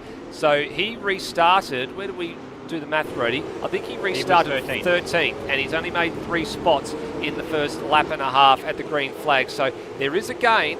There is a gain to be made with the softer, with the better rubber, but unfortunately for him, I think the competition that he's up against, it's just making it a little bit difficult for Ross, but this is where the effect will come into play down the inside, under braking, much more longitudinal grip, and he manages to pull that car up very, very smartly. And the next target will be Nathan Higginson. Yeah, to be honest, things with the fresh tyre runners, their advantage will get better as the race goes on, but the longer the race goes, the less time they have a chance, less opportunity they have to make moves. And the more defensive those guys they're racing will be, because we're only going to have to hold off now for 2 more laps. Yep, 2 more laps to go indeed. There's a move there for Noah Tara. It looks like he got down the inside of Brenton Foley and does wrestle that place away. So a move for Foley and another position for Noah Tara. Moves him up to 5th place. And Liccardo starting to look a bit racy at the back here as well. So got the car tuned up fairly nicely. He's within striking distance of the 074 PBF machine. As it looks like Zach Brown exiting, same sort of stage left. The other PBF race engineering car goes for a wild ride off the exit of turn number 3. And what happened to him? Did he have a helping hand in this, or was he caught out by a little bit of traffic in the process? I think maybe he might have done this on his own. Just looking at what's happening here. Oh, there was Brendan Ross had been off the circuit there, and oof! That's a little bit nasty. There's a bit of a wild tank slapper and spun right across the nose of Anthony Green by the look of it. Yeah, so what happened, I missed the move itself, but Anthony Green had gone for a move. I think it was a bit too ambitious at turn 1 and actually knocked Ross off the racing line into the gravel. So he was trying to redress at the same time that Zach came around and got his own little wheel spin and just wiped himself off the nose of Green and Ross as he was busy spinning off. So that was entirely Zach's work. It was just finished off by the 2 cars on the outside. Certainly was. So last lap board is out. Foley is trying to renew hostilities here with Noah Tara. Can he go the long way around at turn 1? That'll put him on the next side, right side for turn 2, but the wrong side for turn 3. So an ambitious move from the wily veteran of the Supercars Championship. It didn't come off that time, and Tara has survived for the moment. but will he survive down at turn number 6? Because Foley's pretty close. Will he send the haymaker up?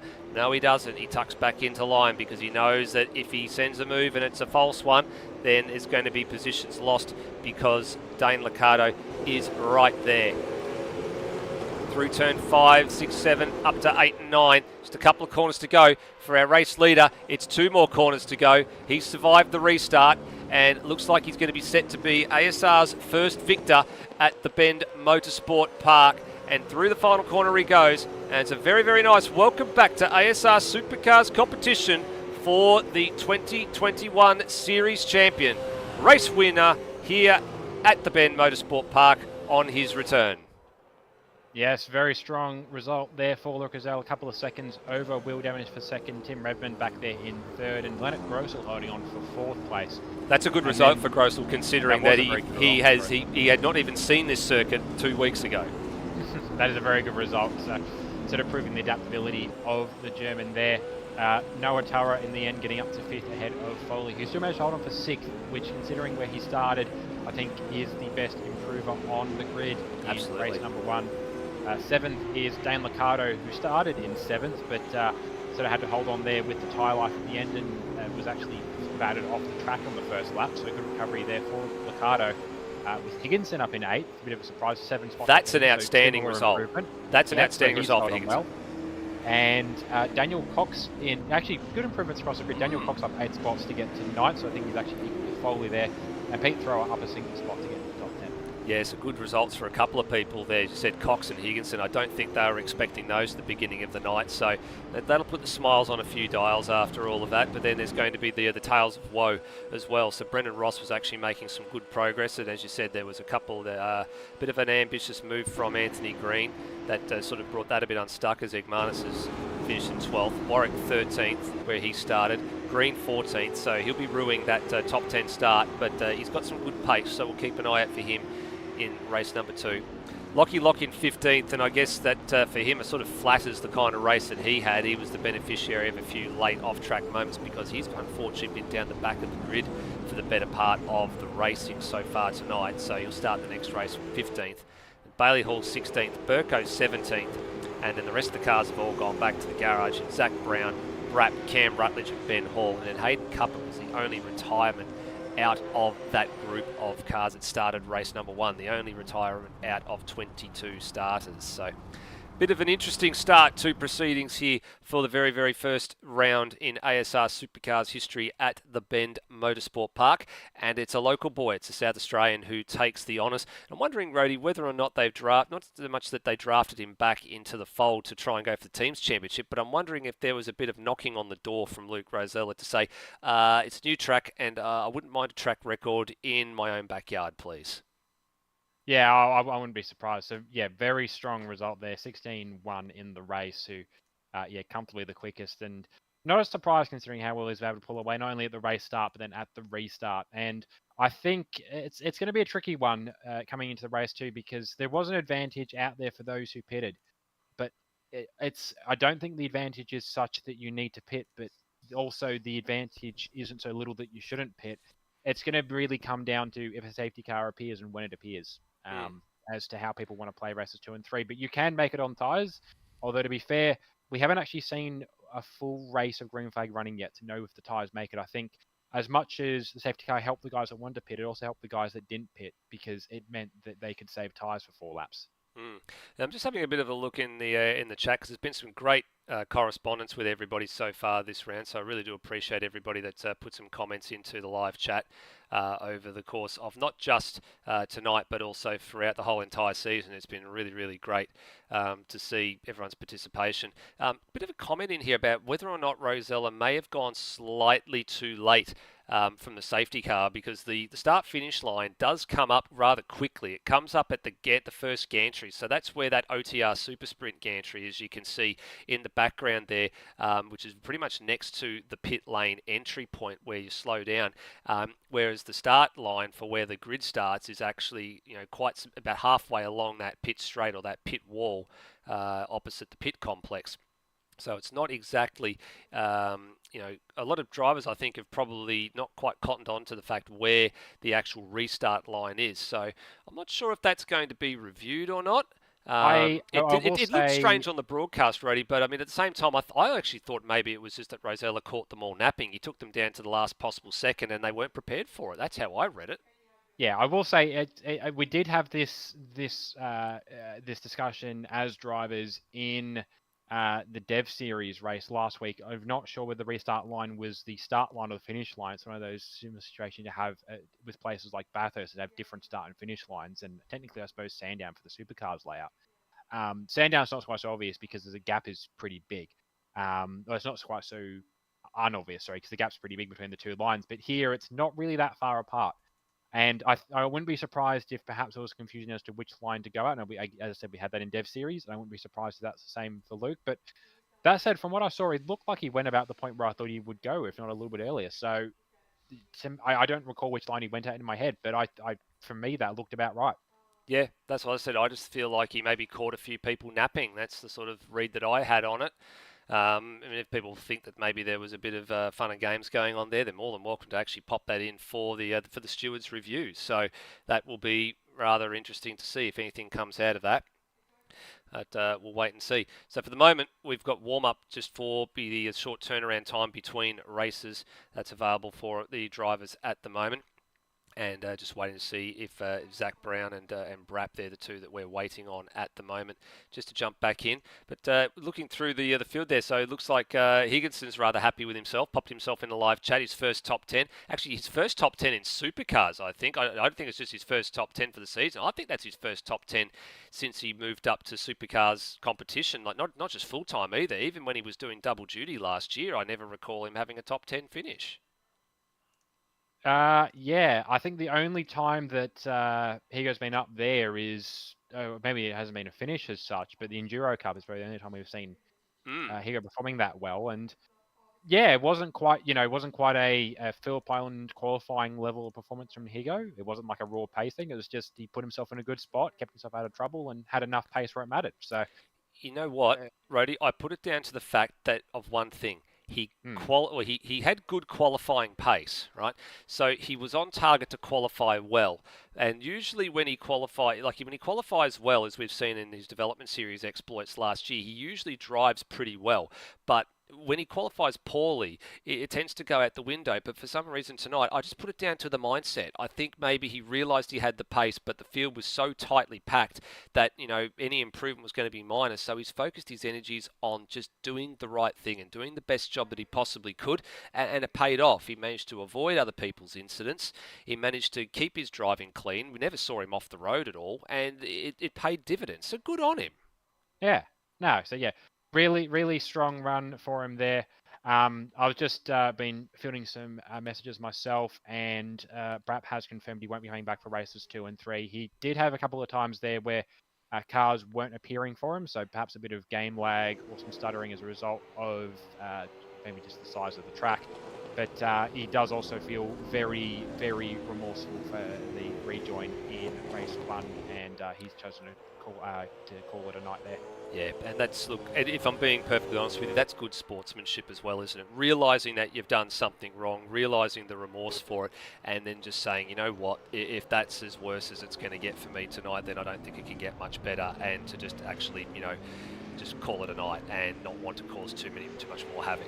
And that was a bit of a shame because he did qualify extremely well. Up in the pointy end of the field, and he was in good position there to be able to, to challenge, and just didn't sort of quite have that particular race fall his way. Yeah, but look, I think a few guys were concerned with how things would go. Maybe it didn't quite play out the way some of the guys from Dev Series thought it would go. But no, yeah, as you mentioned, strong pace in quali, and there was good race pace there for the couple of times we caught. So he can take some solace in that. There will be a penalty coming his way for that rejoin, but he recognises that as well. Yeah, door's still open for him to come back again in future rounds. Absolutely. Just looking at a couple of guys doing some practice starts. Actually, Leonard Grossel just off the line, and Pete Throwline out behind him as well. Yeah, so, Peter Thrower's on there, and we're just watching Noah Tara come into the final corner as well. So here we go with Peter Thrower. So he's on the thing. So let's, there you go. Just practicing all the wheel slip and the wheel spin and just managing it just nicely off the grid there. And that's the important thing we encourage the drivers to do, is just to get your starts right. And if we go on board here with Thrower, let's have a bit of a listen as to what's going on here. Revs rising, getting the clutch bike in the right position, and then just letting it go and launching it at the right spot. There you go. Not too bad a start, not too difficult there, but there's that little bit of elevation change in the front straight there as well. So, you know, as we say with all the drivers, when you're going to do a practice start, you want to do it by practicing it off the racing line. So when drivers come along, if they're doing some hot laps and it's a warm-up session like this, you don't get in anybody's way. They've done the right thing there. Both himself and Grossel off on the right-hand side of the starting grid, just lining up line astern, letting it rip, and off they went. Absolutely, and I think as we've seen just off of how race 1 went, the race start is actually, it's not like the race start is ever not important at a track, but with the length of the run down to turn 1, the big braking, and then the way everything compresses back down, having a good start is very important, not only to fend off the guys behind you, but to have a look at the guys in front. I mean, talking about Brapp, and at the moment we caught him at the start, he did end up getting into Tim Redmond off the start as well, and I think that's maybe where some of his remorse comes from as well, with how that one played out. But to get himself up there in the first place, I think he qualified, I think we had him as 5th or 6th. He'd managed to get a better start than Will Devonish and put a move on Tim Redmond up towards turn 1, and that was all down to how well he launched relative to the guys around him. So I think a few guys, definitely those that feel they're out of position, are going to very much take an opportunity to try and make up as many of those spots as early as possible. And the best way to do that is get a good start in race 1. As we saw, the opposite of that was Will Devonish, who started alongside Luke on the front row and was, I think, nearly 4th by the point he turned in for turn 1. Yeah, that's right. I mean, we know that, I guess it's the old adage, isn't it? You know, one of the old longest running jokes in ASR about Will being able to start a supercar. It's just one of those things that's just been gathering traction. You know, I heard a thing on the radio the other day, I can't remember which person it was, you know, the media beating up a particular person as Daniel Cox goes for a bit of a wild ride there across the grass. But, you know, I think it was a golfer, and the media had made up some sort of story about his putting, you know, and that he couldn't putt for peanuts and he was missing all sorts of things. But it was a story that was a bit blown out of proportion. But then when he misses a putt, it's going to be, that story is going to be dug up and surfaced again. And it's the same thing with Will Devonish. Every time that he fluffs a start, the demons just keep rising up, or everybody, you know, it's the first thing that's written on the ASR headline news is that he's fluffed another start and blown another win. But as you said, you qualify well, and you've got to start well, and then if you can start well, you can make some good gains there. So, and Brapp's been one of the best starters in the development series anyway off the grid for the better part of this season. He's always qualified relatively well, always in the top 3 rows. He starts well, he drives well, and that's the reason why he's the current Super 2 championship leader. Absolutely. So we're not far now off of the start of race 2, which will be interesting, being a progressive grid, as to where some of the guys who didn't quite have things go their way in race 1, what they do with the start of race 2. So we're just waiting here to see. There might be a bit of a late. Just keeping an eye out for things here, just to see if there's some sort of little issue going on here. Looks like we just lost Ben Hall very, very quickly.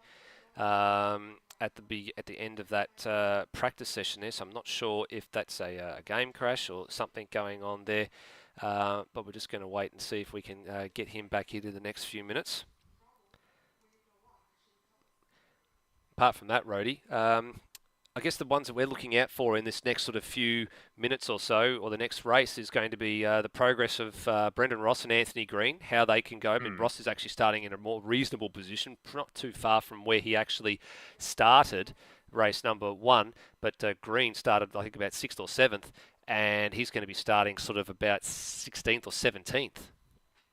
Yeah, so it's, I suppose, a bit of a trial by fire there for Green at the end of the race.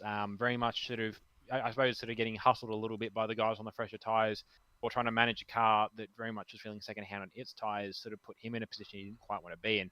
And look, the other thing I think is worth pointing out as well, and he's not the only driver to be doing this, but He's not completely sober for the racing tonight, so that perhaps is playing.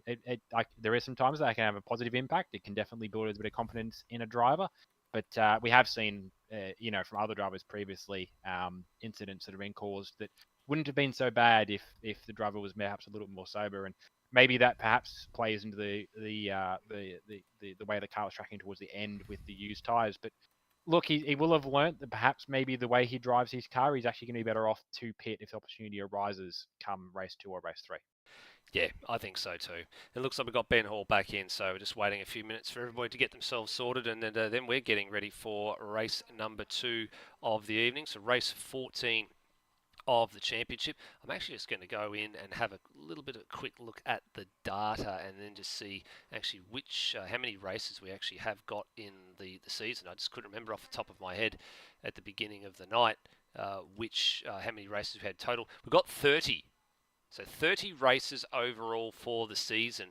So going off that logic, by the time tonight is over, Rhodey, we will have completed half the races in the season, but importantly, some of those races are much longer than others. So I guess if you're looking at it from a distance standpoint, it's technically not the halfway point of the season. I mean, in terms of rounds, it's not the halfway point, but in terms of the sheer number of races, yes, it is the halfway point in the season. So I guess what sort of logic do you subscribe to there? Do you think it's the races, or do you think it's the rounds, or do you think it's the overall sort of total distance as to and drivers' perception of how long the season actually is?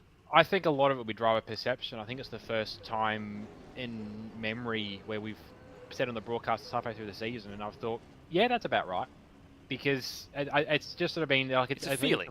It's fallen the closest to the middle of the year, about the middle of the ASR season, so it makes sense to go, yeah, this is the middle of the Supercars season.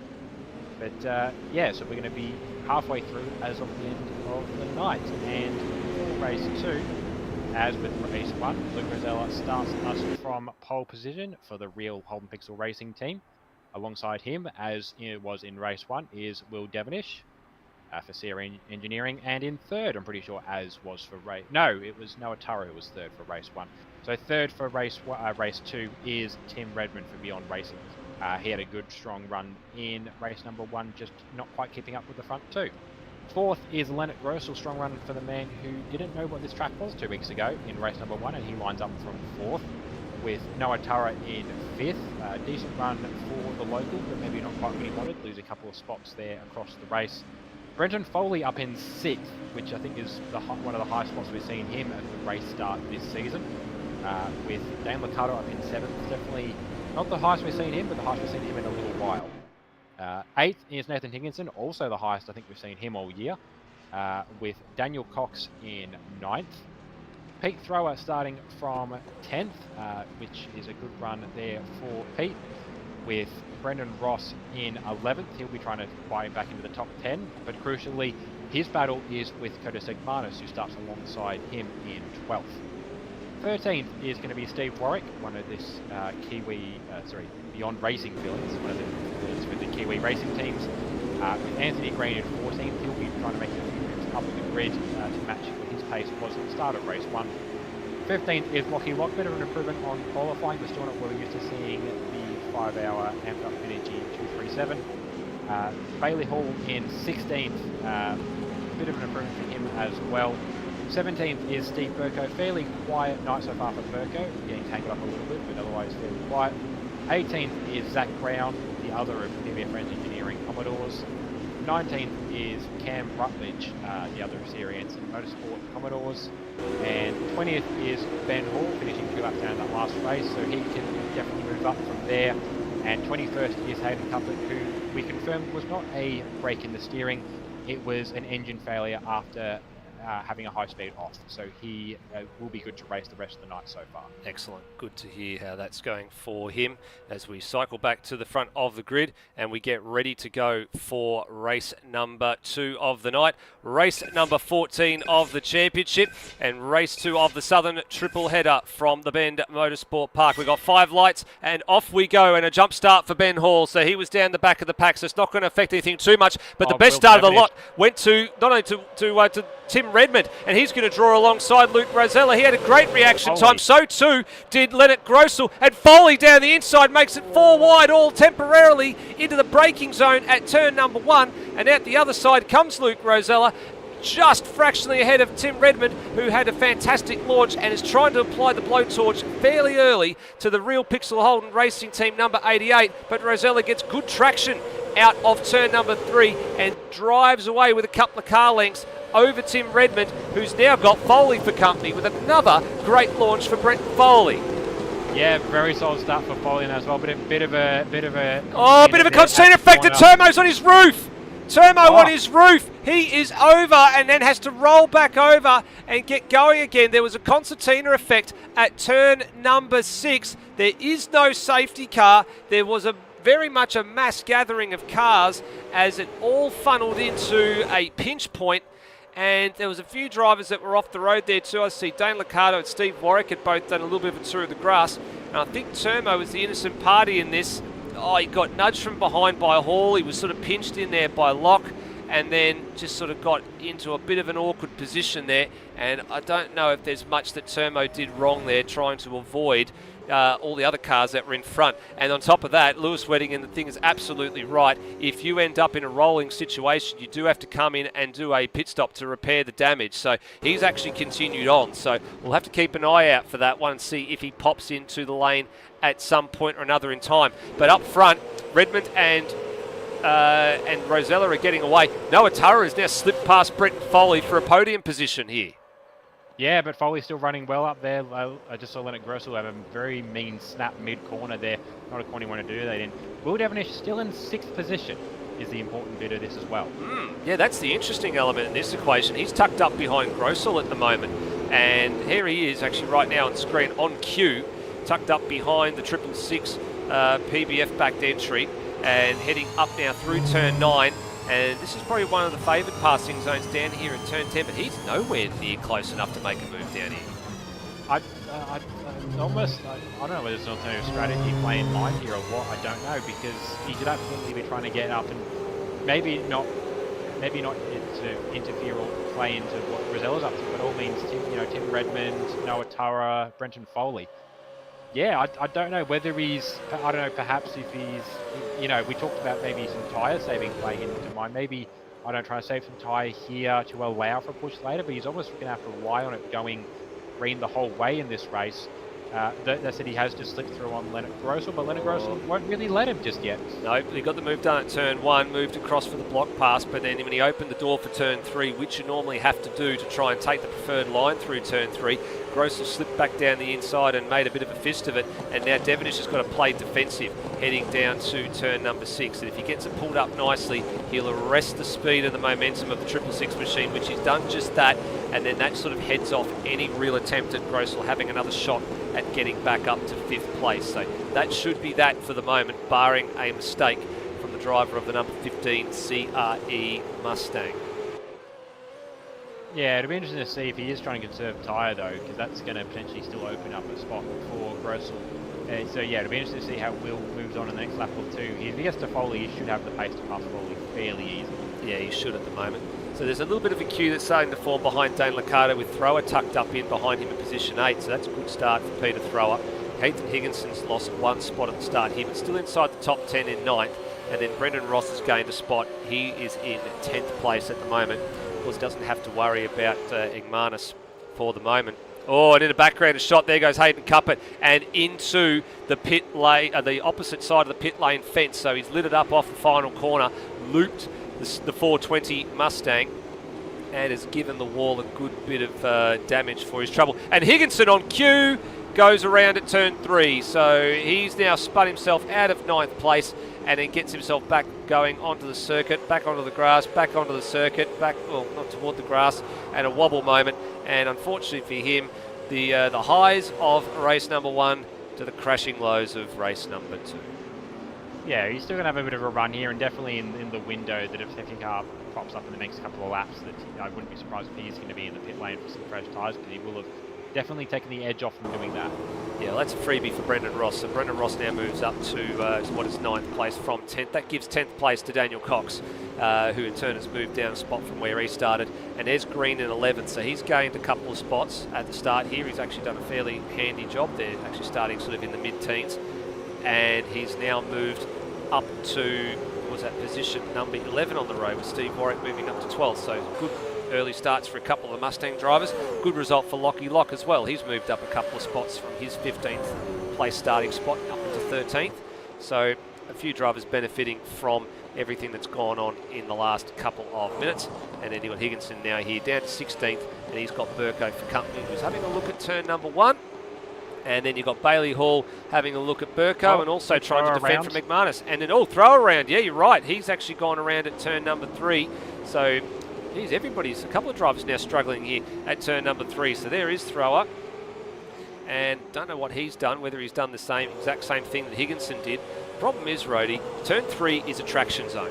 It is a traction zone because you need to drive out of the corner, up the hill most importantly. So being in the right gear and being on the correct part of the circuit with the racing line is absolutely essential. Yeah, and that's the thing we're going to find as they start to push into their tyre life as well. That's going to crop up more and more often as well. Surprised we're seeing it this early actually, and probably people are trying to get a bit too much out of their cars. Just flipped through as well. Cupboard's in the pit lane after that slap to the wall last lap through, so he's sort of taking the pain early. He's going to benefit a little later if the car appears where you won't have to get down and pick up the spots through that. That's what I think he has potentially come close to not having lost a lap in that. Yeah, he will have lost a lap doing that as well, actually. So he's relying on a safety car to fly back into this race. Certainly is. Well, Foley's lost a spot to Devonish, and now he's just lost a spot to Grossell at turn number 1 as well. So Grossell now back up to 5th place, having started 4th. Foley down to 6th place, having started 6th. So the highs have been up as far as 4th, now down to position number 6. Through turn 5, great curb shot there as they head through towards turn number 6. Then you got Liccardo just behind this 2 pair as well, and then he's being pursued by Brendan Ross at the moment. And Green now up into position number 10, keeping an eye on what's going on there, because of course Peter Thrower was up as high as 8th at one stage, and that pushes a few drivers a bit further upfield. So Brendan Ross has actually got 2 free kicks here, with Higginson going around and then followed by Peter Thrower, both at the same part of the circuit. He's picked up 2 spots rather handily. Yeah, I can't remember who it was who said to me before the race. It might have been Tim Rendon, might have been Nathan Higginson, but the call was made that this race is going to be a sprint of attrition, and or the night is going to be sprints of attrition. It's pretty line ball, pretty on the money commentary, because these are sprint races. There's no native strategy to them outside of making the tyres last a little bit. But yeah, it's all it's been is pushing a little bit too hard in one corner or another corner, or perhaps getting a little bit too cozy with the car alongside you, and then you're losing 10 spots. That's right.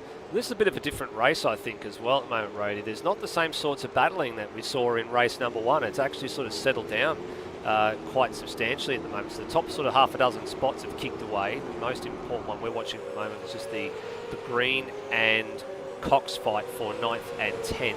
With Steve Warwick not too far away.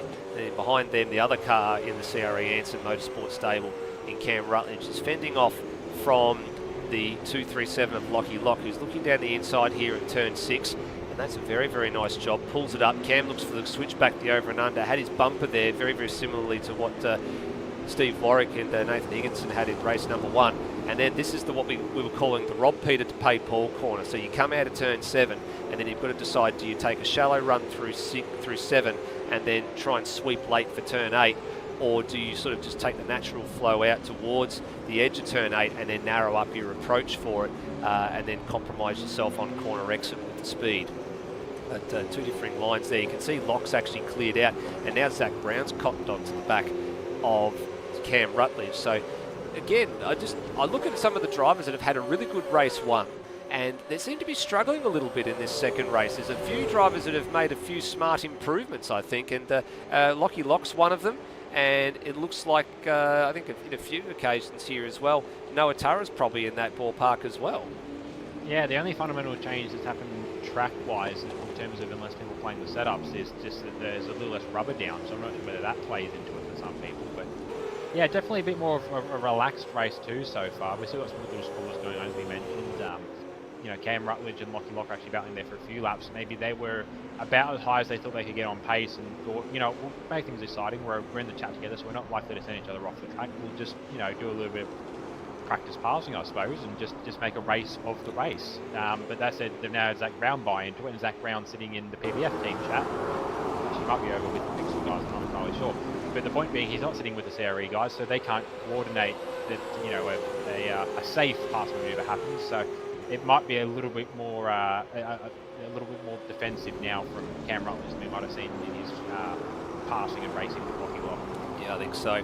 And finally, Steve Burko manages to pull the trigger here on Nathan Higginson. He's been sitting under the rear wing of the 00 Beyond Racing Young Guns entry for a couple of laps now, and he finally seizes the opportunity at turn 11 and drives the car out of turn 12 down the front straight. And you actually see he's just starting to open the margin just a little bit here, but Higginson at a reasonable exit sits in the toe of the number 7 CRE Performance Racing entry, and now buys back down the inside at turn number 1, but he's in too deep. He's locked the rears, and then Burko's back through in a heartbeat. Burko's had his own mid-corner wobble though, and has to take to the grass. He's going to cough it up. Be lucky not to lose a spot to the 56 of Peter Thrower here as he tries to get the power down out of turn number 3. So that was a good little battle there between Higginson and Burko for a handful of corners, swings and roundabouts, and then they both made sort of mistakes at the critical moments they needed to secure that spot. And at the end, it's basically back to a status quo with where they were at this point in time on the previous lap. Yeah, I was just noticed in the chat as well that we did lose Ben Hall. I saw it actually earlier. So we lost him a few laps ago from the race, and he's mentioned tonight there's something gone wrong there for the driver of the 21. Yeah, he's out, so too is Hayden Cup, but they're both out of this one. But I was going to say that was a really good run there. Oops!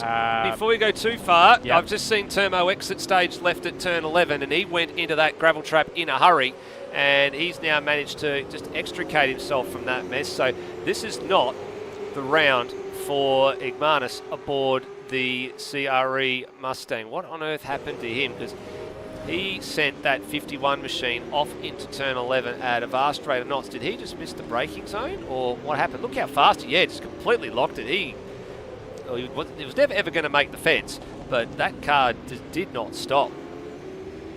Yeah, and it's an easy corner to do it at. We mentioned similarity to Winton's corner. It's actually got a bit of a unique characteristic of its own. For whatever reason, we talked about perception earlier with where the calendar is. Perception can really affect the track. That corner does not feel as tight as it is until you get to it, and then you realise you've overshot the corner by 10 metres. So it's a very easy corner to do that if you're not paying attention. That's the easiest spot to trip up when you start lapping around this place. So very easy way for stuff to happen for Cam, where he's sort of fallen out. Sorry, for Turmo. Sorry, I kept the C and the Turmo and the it throws my brain. But not quite ideal there for Turmo, which is pulling him back a few spots. But I was trying to make a point. I was making a point about the Higginson-Burko battle that we saw at turn 1. That's the easiest spot to try and fend off someone's passing maneuver. I did that a few times in Dev Series. So you just give someone the open inside. They go, yeah, I can lob it down here, and then they throw it in a bit too deep, and you just over under them next and just like, yep, thank you for that. I'll see you next lap. That's exactly right. And as you mentioned, that turn 11 has its own sort of unique characteristic. Yes, it's very similar in concept to Winton's turn 11, but you're right, you just don't realise how tight that turn is until you are right on top of it. You know, it's not like the down at turn 6 here where we're looking at Dane Liccardo and Brendan Ross, where you've actually got a little bit of wiggle room on corner exit. You've actually got a bit of tarmac laid down there so you can sort of open up the throttle a little bit earlier on the exit.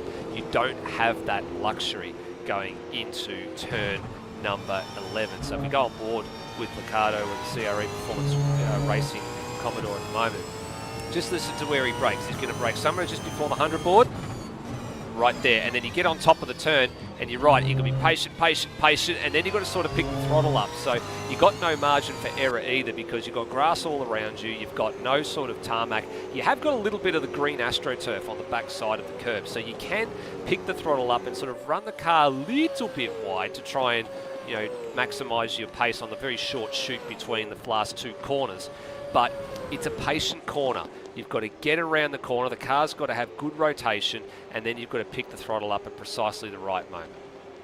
Absolutely. It's a slightly frustrating track at times to race around. That said, the guys that felt they were having a slightly frustrating race. They've actually done pretty well. We mentioned that Foley wasn't a fan of this track, and he's doing pretty well so far tonight.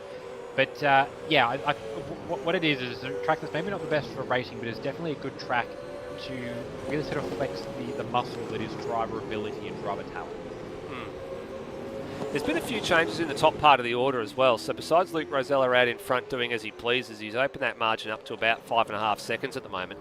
Noah Turra's found himself in second place overall. So there's been a couple of iffy laps I've noticed as well. So Devonish is fourth. His last lap was a 1:23.6. So that is some 6 seconds, or 6.5 seconds rather, off the front running pace. So I don't know what on earth happened to him there.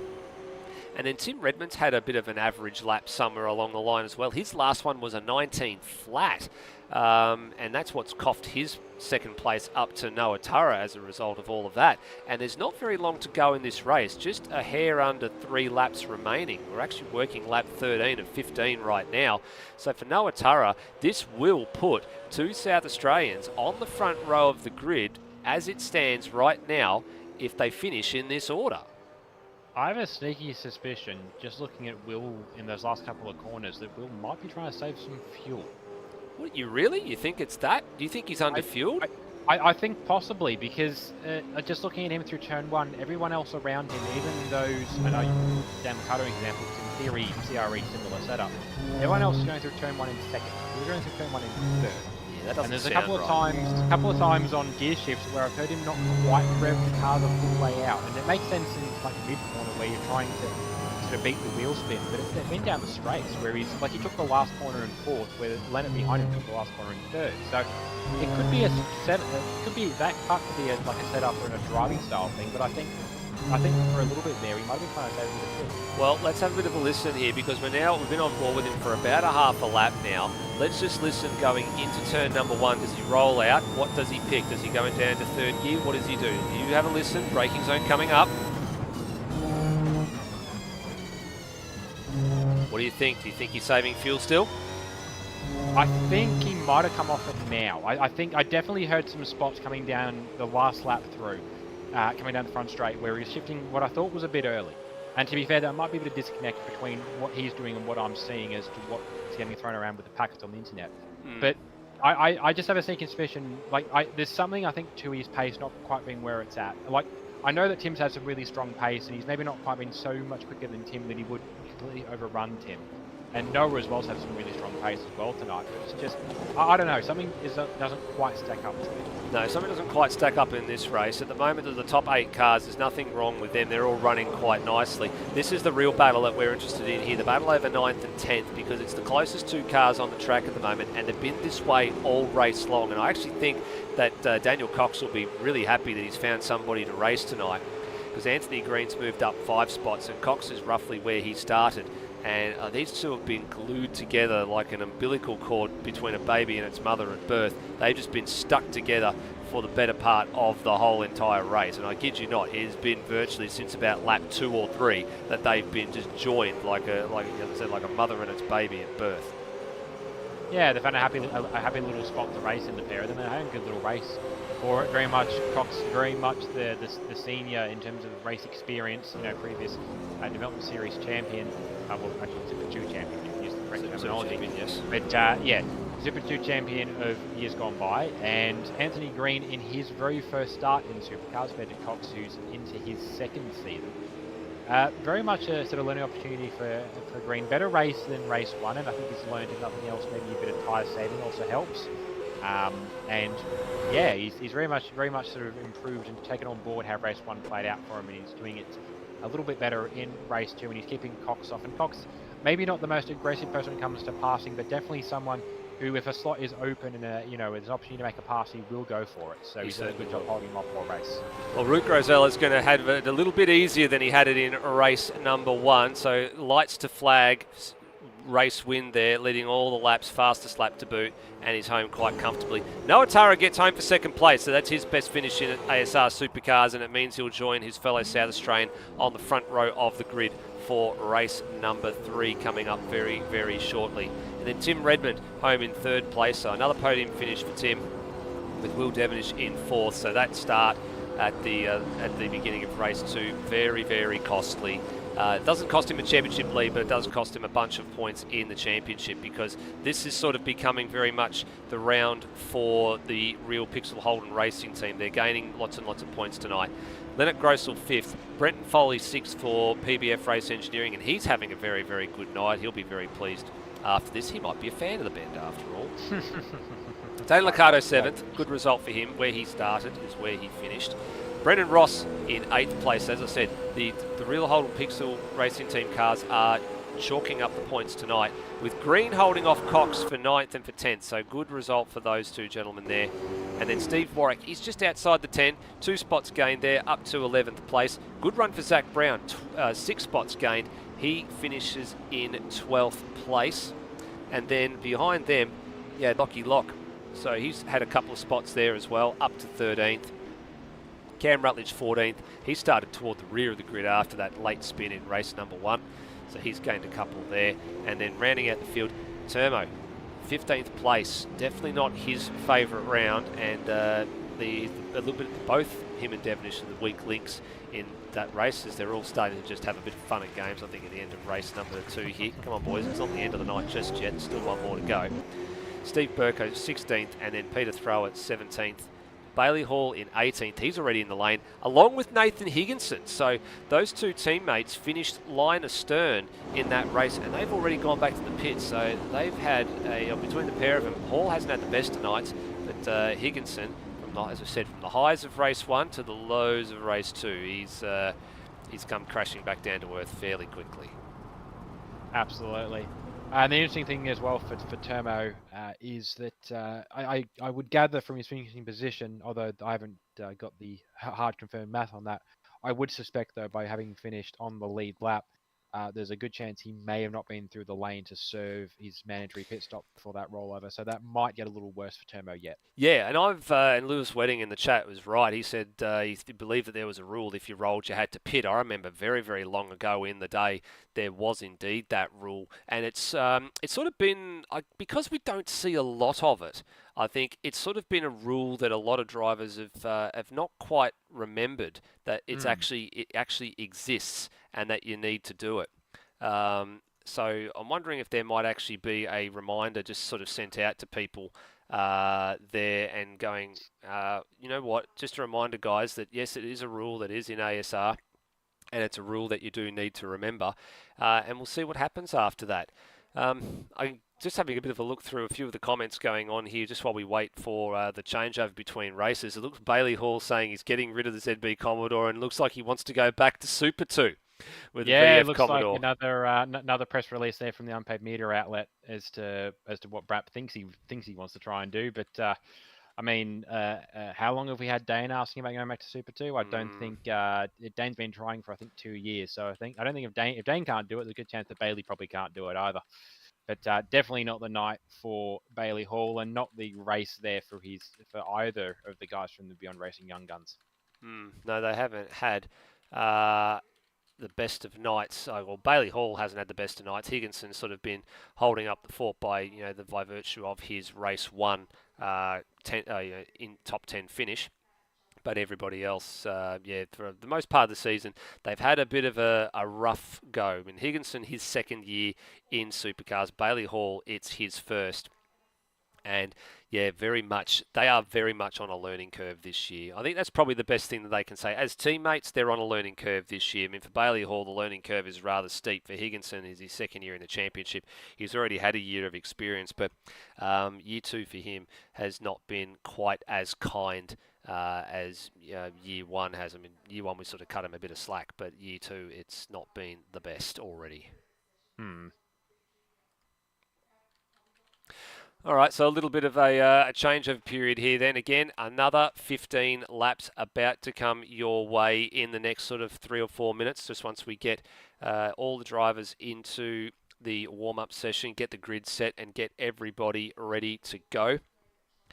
While we have that moment, just want to take a bit of a quick return and have a look at what the driver standings were entering the night, just to see how things are shaping up. Brody, have a look here. So with 100 points on offer in a sprint round for a race win, and where Redmond has finished relative to Termo, or Curtis Igmanis as he's affectionately known this year. I've got a funny feeling that not only Redmond has probably jumped Egmanis in the standings after tonight, but I reckon Brendan Ross might have got a little bit closer as well, because he's been well and truly clear of Egmanis in the last 2 races, and definitely would have closed that margin down. Probably not going to be, the same sort of 118 point margin that's there. It's probably going to have shrunk, I would say, maybe to about 60 odd points or so between the two of them. But I've got a funny feeling that Redmond, if he hasn't jumped Egmanis already, he'd be awfully close to doing so right now. If not by the end of the night, I reckon he will have. Yeah, I'd say that. Yeah, I was just looking at it. I'm just like, I normally update these during the middle of the night, but it's just where the flow of the night has been that I haven't thought to do anything with it. But yeah, it's the way things are looking. I think there's a very strong chance that that he, with the gaps in mind, with the places. Yeah, I think with the points on offer, and how, especially with how strong Tim's been going, I think he will have probably just moved past Koenigsegg Sigmaris in that last race. Rossi will be catching Termo, but I don't think he's going to quite pass him yet. He needs to have another strong result in race 3, but more importantly, he needs to for Termo to have another less than strong result. Yeah, he needs to have another shocker. Noah Tara as well might actually be catching, and in the middle of Rossi trying to catch Termo. I wouldn't be surprised if Noah Tara is also catching and passing Ross, because Tara has been doing quite well. He picked up a second there in race number 2, and he was quite strong in race number 1 as well. Yeah, you're absolutely right. And I mean, it's probably a given there as well that with Grossel and Foley's fairly strong performances as well, that they've definitely jumped ahead of Lewis Wedding in the proceedings tonight as well. Locke will probably be pretty close by virtue of the fact, I know he hasn't had some great results, but with Wedding obviously absent, that sort of makes the problem a bit more, magnifies the extent of the drivers jumping up and down the championship order. Brap's not going anywhere because he, of course, is out after just completing the 1 race tonight. He won't have added too many points to his tally there, probably maybe about another 30 points or so. If honest, Brap might actually functionally go backwards. Yeah. Based on the precedents for what's been done for bad rejoins, he might actually practically go backwards. So it would have been good for him from a point scale to come back and do races 2 and 3. But as we mentioned, just it's sort of seeing where the night was going and took the high road out. Yeah. And as I said, we will see him again in future rounds. But yeah, he will stay at or about 699. He won't be making any moves from there.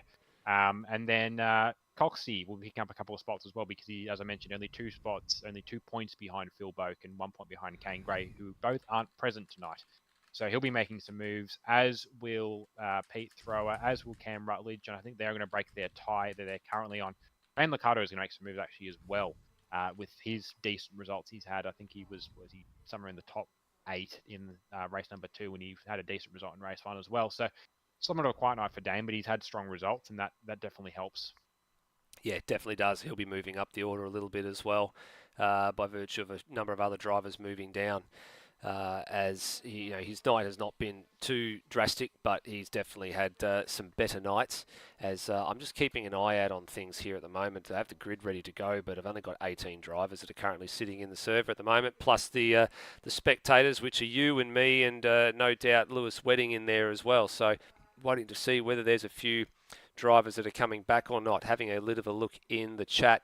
It looks like that Hayden Cuppett, you're right, the wheel issue is rendering him out of the next race. That means we are down 1 driver, and looks like Zach Brown's going to be out of this one as well. His wheel's also having some sort of drama, so it's a common theme for wheel issues tonight.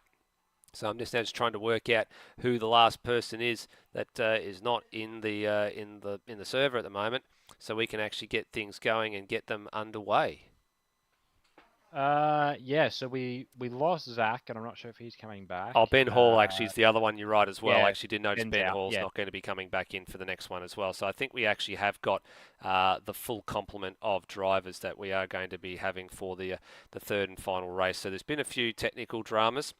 As part of the thing, isn't it, Rady? With these short, sharp races, it does sort of tend to lend itself to, if you have a problem on a race night where it's 3 short, sharp races, you haven't got a lot of time to rectify it, to turn things around. It's not like the other 2 race nights where you have a second set of qualifying if you have a bad qualifying performance, and then you can turn that around by having a reasonably good race performance. The races go so quickly; they're over in the sort of the realm of about 20 or 22 minutes each, that you just don't have enough time to turn it around or figure it out. Especially where it's toward the end of a race, you've not got very long to sort it out at all. Yeah, I was just looking at the guys who aren't coming back. Also, I'm not sure if we noted or not, but Hayden Cupper did actually get into the chat and Discord and mention that in the end his wheel actually did play up. He did actually, I think he put it in the live chat as well, actually. That he in the process of thing half breaking, he put some super glue in it and hoped that it would hold, and it lasted a race and a bit.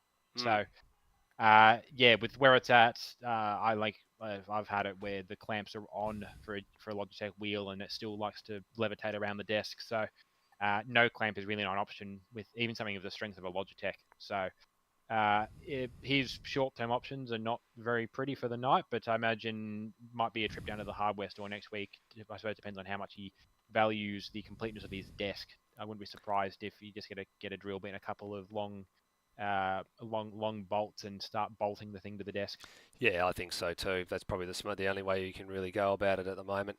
As the preparation session's just finishing up at the moment, just before we get into race number 3. So just a couple of quick points of interest. There are a few events that are coming up in the next couple of weeks. So of course the next round of the development series is going to take place in a couple of weeks' time. Supercars round is going to be on August the 11th. The development series round is, of course, the week before that, which is going to be August the 4th, and they're going to take place at Hidden Valley. So there's a pair of races for the development series. That's 275k races. Is that Hidden Valley or is that Townsville? Sorry, Townsville. Yep. My bad. Townsville. 275k races for the development series, and then it is the slightly longer format for the supercars. They've actually got 2 90k races. There's a top 10 shootout for them, and there's a progressive grid for race 2. So they're coming up in the next couple of weeks. We've also got the final of the GT3 series, which of course doesn't have a broadcast, but that's on the 29th of July. There's a 70-minute race around Bahrain, and there's already been a track vote been put up for a couple of tracks for the upcoming R Factor 2 GT3 series. There's actually currently, I'm not going to say which tracks they are, there's currently a 3-way tie between all the people that have voted so far for only 2 track openings on the 7-track calendar. So we'll leave that one sit as it is, and we'll return to that when we get a little bit more time. But just to give you an idea of some of the tracks that are being introduced for the first time in R Factor 2 GT3 coming up in the next couple of rounds, we pretty much have settled on we've set on tracks 1, 3, 4, 6, and 7, and then there's a couple more after that. We're actually going to Thailand for the first time. We're actually going to the Chang International Circuit for the first up round. We're going to Magny-Cours, the Hungaro Ring. We are going to be here at the Bend International layout, and we're going to be doing Spa-Francorchamps as well. And then there's a whole bunch of other tracks that have been offered up as part of that track vote. So with the likes of Indianapolis Road Course and a few others are in there as well. I think we even put Watkins Glen up again and a couple of other tracks as well. There's I think it was about 10 tracks total that were offered up for the vote, and there's currently 3 tracks that are on a 3-way tie for those last 2 spots in the 7-race calendar. So if you're thinking of racing, please come along. Jump in the Discord, vote for those tracks because it is the driver's choice, and we'll be looking forward to getting that series up and running somewhere around the end of August is where we're looking to start that series. So here we go. Race number 15 of the championship. In terms of races, this is the halfway point of the season. But in terms of rounds and distance covered, this is not the halfway point season. It doesn't feel like the halfway point, Rhodey, but it's still, I dare say we get to probably about sort of middle of next month, it'll feel more like halfway. Oh, it will, and next month's going to be pretty hectic as well. We've got 4 weeks of Dev Series and Supercars, 1 week after the other, to make room for the Enduro Cup, and isn't too far off as well. But what is a lot closer is race number 3. And starting from pole position, as has been for the first 2 races tonight, is Luke Rosella for the Real Holden Pixel Racing team, definitely starting to make some big strides in their move towards a late run at the Teams Championship this year. Second is Noah Turra for Amped Up Racing by CRE. Here's a strong result as well, and as I alluded to, in qualifying, we do now have 2 Adelaideans, or 2 South Australians, on the front row of the grid at the Adelaide, the Bend in Adelaide. Third is Tim Redmond for Beyond Racing. He has a pretty good, fairly quiet night, just with the pace being at the front, but he's been picking up some good points and some podium positions. The Will Devonish from 4th, he's very much got to tame those race starts coming into race 3, or he's going to be at risk from the guys behind. Starting with Leonard Grossel, one of the good starters tonight in the PBF Huron & Stone Rennsport Commodore.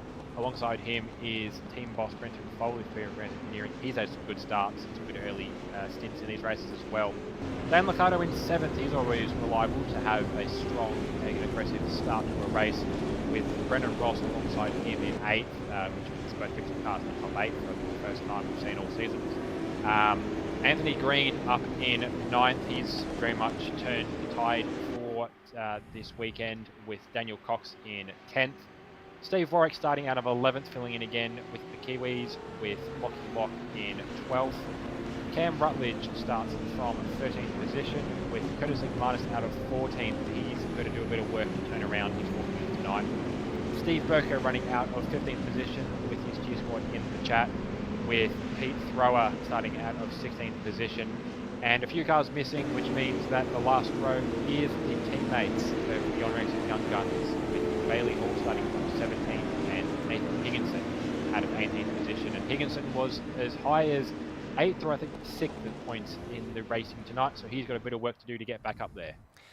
Yeah, he does. He's got a lot of work to do to get back up to the front of the field as they all start to line up for the 3rd race for this evening and the 15th race of this year's championship, and we're all set to go. Race number 3. It's been a great 2 races so far for the Southern Triple Header. It's the 15th race and the 3rd race for the night. Let's get it going. Let's finish the night in style, and off we go. Even start from the 2 South Australians on the front row, but Redmond had the best start of the lot, and he bolts to the lead, albeit for a couple of 100 metres. Is Rosella going to switch to the other side and sort of set it back up the inside at 1? No, he's not. So Redmond gets the whole shot, and he leads race number 3 into turn number 1. Rosella 2nd, Turra 3rd, and Devonish looking on the inside of his stablemate for 3rd place. It looks like he's got that done at turn number 3. Yeah, brilliant start for Tim Redmond. I saw Leonard Grossel do similar things, but by then Rosella was far enough up to speed where he could pull across and close the door down on Ross. That's heard him quite bad. That's Ross off wide, I think, in the background as well. Yeah, there was Liccardo doing a bit of a tour through the grass. He's had a good start. He's picked up a couple of spots already up to 5th place. So a few drivers with some really smart starts, but then a few drivers a bit further behind had to take to the grass and had to go left, right and centre to avoid making some contact with other drivers at the tightest corner on the circuit at turn 6. But for the moment, everybody seems to have made their way through the better part of the opening lap without a major incident.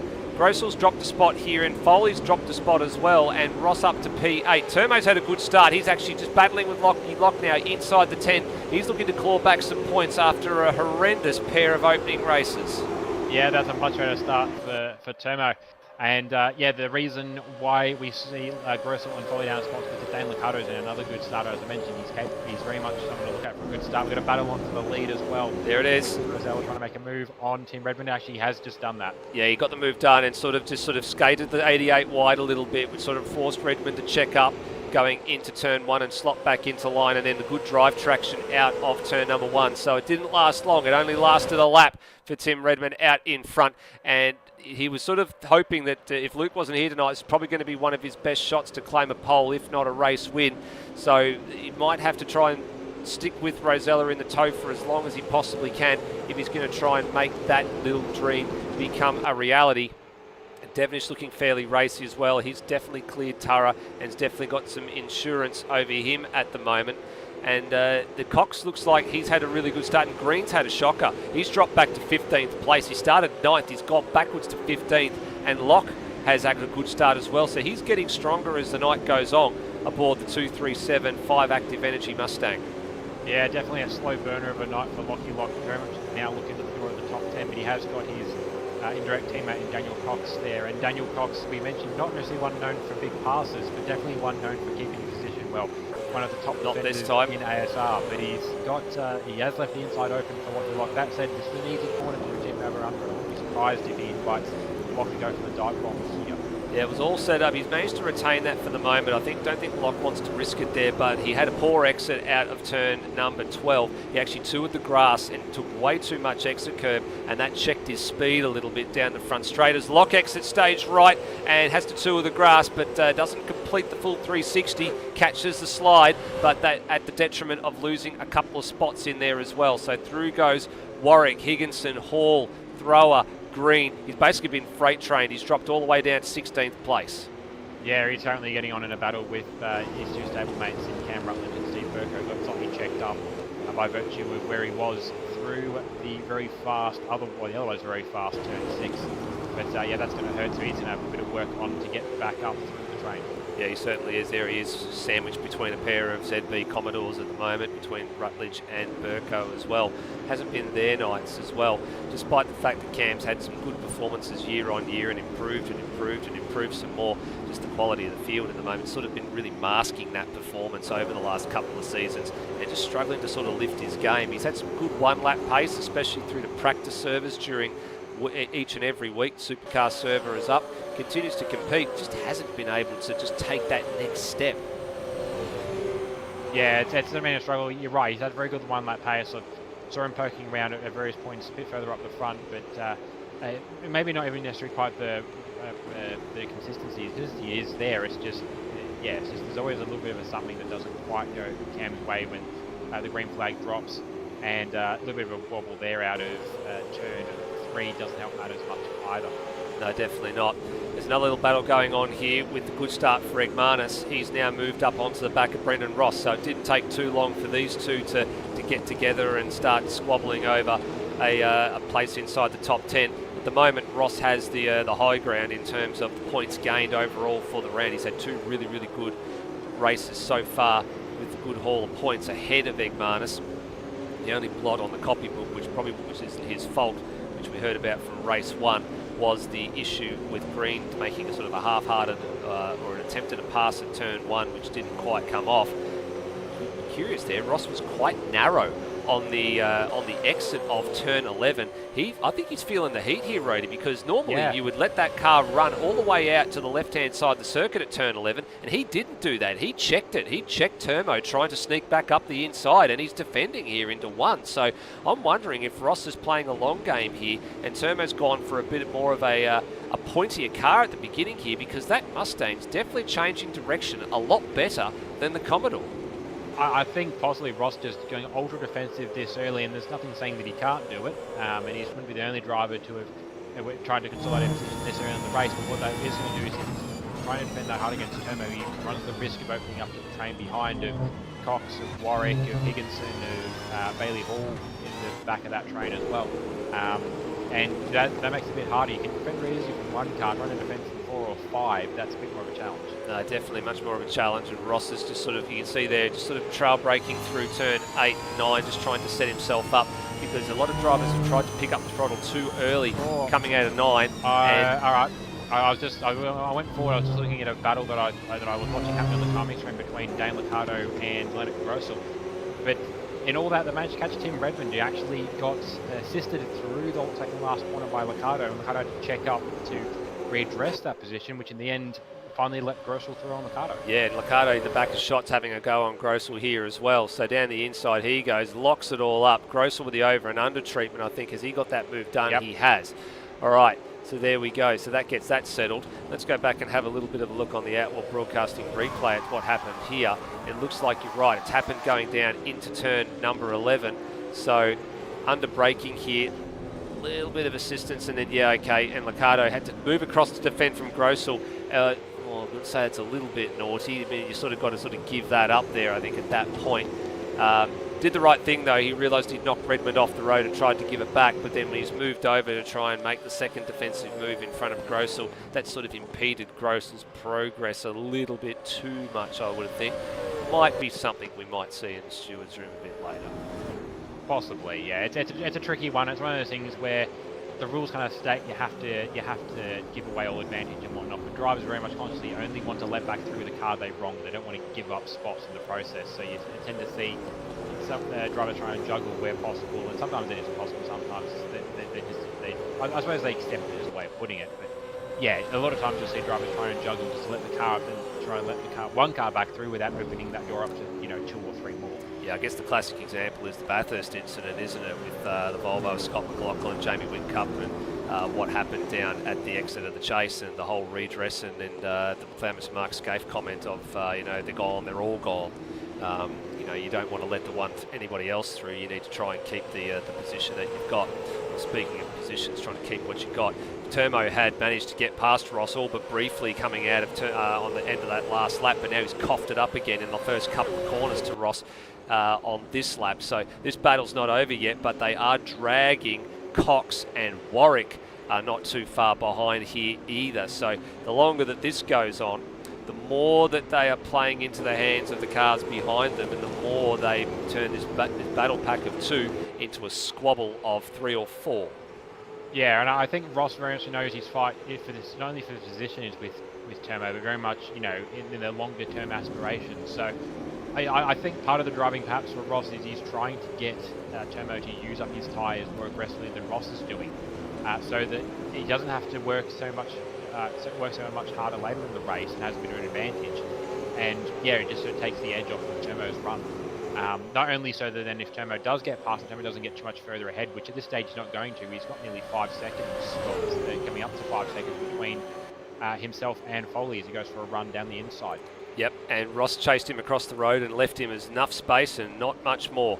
And Turmo gets through here, but then the crisscross on the other side, Ross very, very smart, very much aware of it, and sides to the inside, the outside for turn 2, which becomes the inside for turn 3. And then look at the defensive act. He's pulling it up on the inside. He doesn't want to use the drive and push it out wide, but it seems to be working for him because he's checking up the progress of Turmo heading out of turn 3, and that then gives him a bit of a defensive area to hold on to down here in turn 6. But now Cox is right with them, so this is now starting to hurt here. It is, and yeah, as I mentioned, it's starting to bring this feeling of the battle. And Turmo and I would think at this point Turmo's very much aware of what Ross is doing here, and what's at least in the short term what the play is.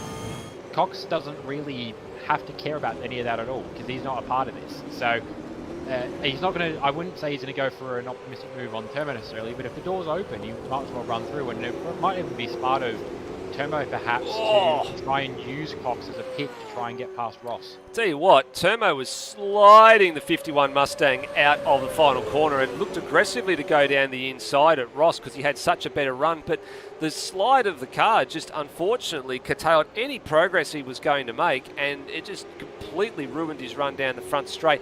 Now he's trying to go the long way around Ross at turn 2, but there's no way that's going to open at turn 3. He doesn't get through there at all. And then behind them, not only is Cox starting to close in on the battle, but then you've got Steve Warwick, and then got Bailey Hall, who's had a fairly quiet run through the field in race 3. He's gained 5 spots. He's in this fight now as well. So this is what we said at the beginning of the night, Brody. This is the great unknown, this track. There's a whole bunch of things going on that a lot of drivers have not seen here before. And apart from what's going on out in front, we don't know where to look because we don't know what we're going to get. I mean, to give you an idea of just how much work Ross is putting in here, they've lost something in the region of a second over the last, I don't think they've been a full lap to Foley in front. So Ross is very much got his eyes on his mirror. He by no means mirror driving, he very much knows his competition is what's behind him rather than what's in front of him. Foley, as I said, checking away, as is Ricardo, and actually Grossel's now getting in a little bit of a battle with Tim Redmond as well for the fourth position. Yeah, I'm trying to take a bit of a look at live races at the moment, but unfortunately it's taken a little bit of a dump. We're not getting much of a live timing feed here at the moment. We're only able to see what's going on the track with the lap times that people are turning, and see Ross's lap time there just flashed up across the bottom of the screen. I'm actually wanting to see, even take a look back to see how these guys behind are tracking. So Anthony Green, who's had a bit of a shocking start, he's trying to recovery drive. He's going to start catching the back of this train.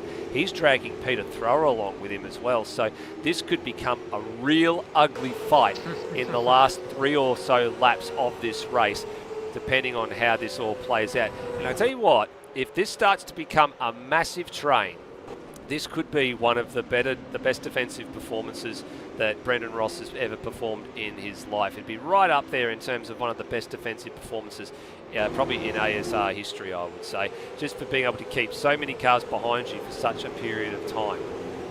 Yeah, I think the other thing that will play into it though is the more we build up this train and the later we go on this race, the closer we are to inviting chaos. And to be fair, we've seen a car roll here and not cause a safety car, so you have to cause a lot of chaos to invite the safety car out on track. But you know, a 6 to 7 car train, I wouldn't say that's beyond the realm of sufficient chaos to bring a safety car, and it would really throw a spanner in the wrench if a safety car appeared in the last lap or two and put everyone into a questionable fuel window. Yep, well, here we go.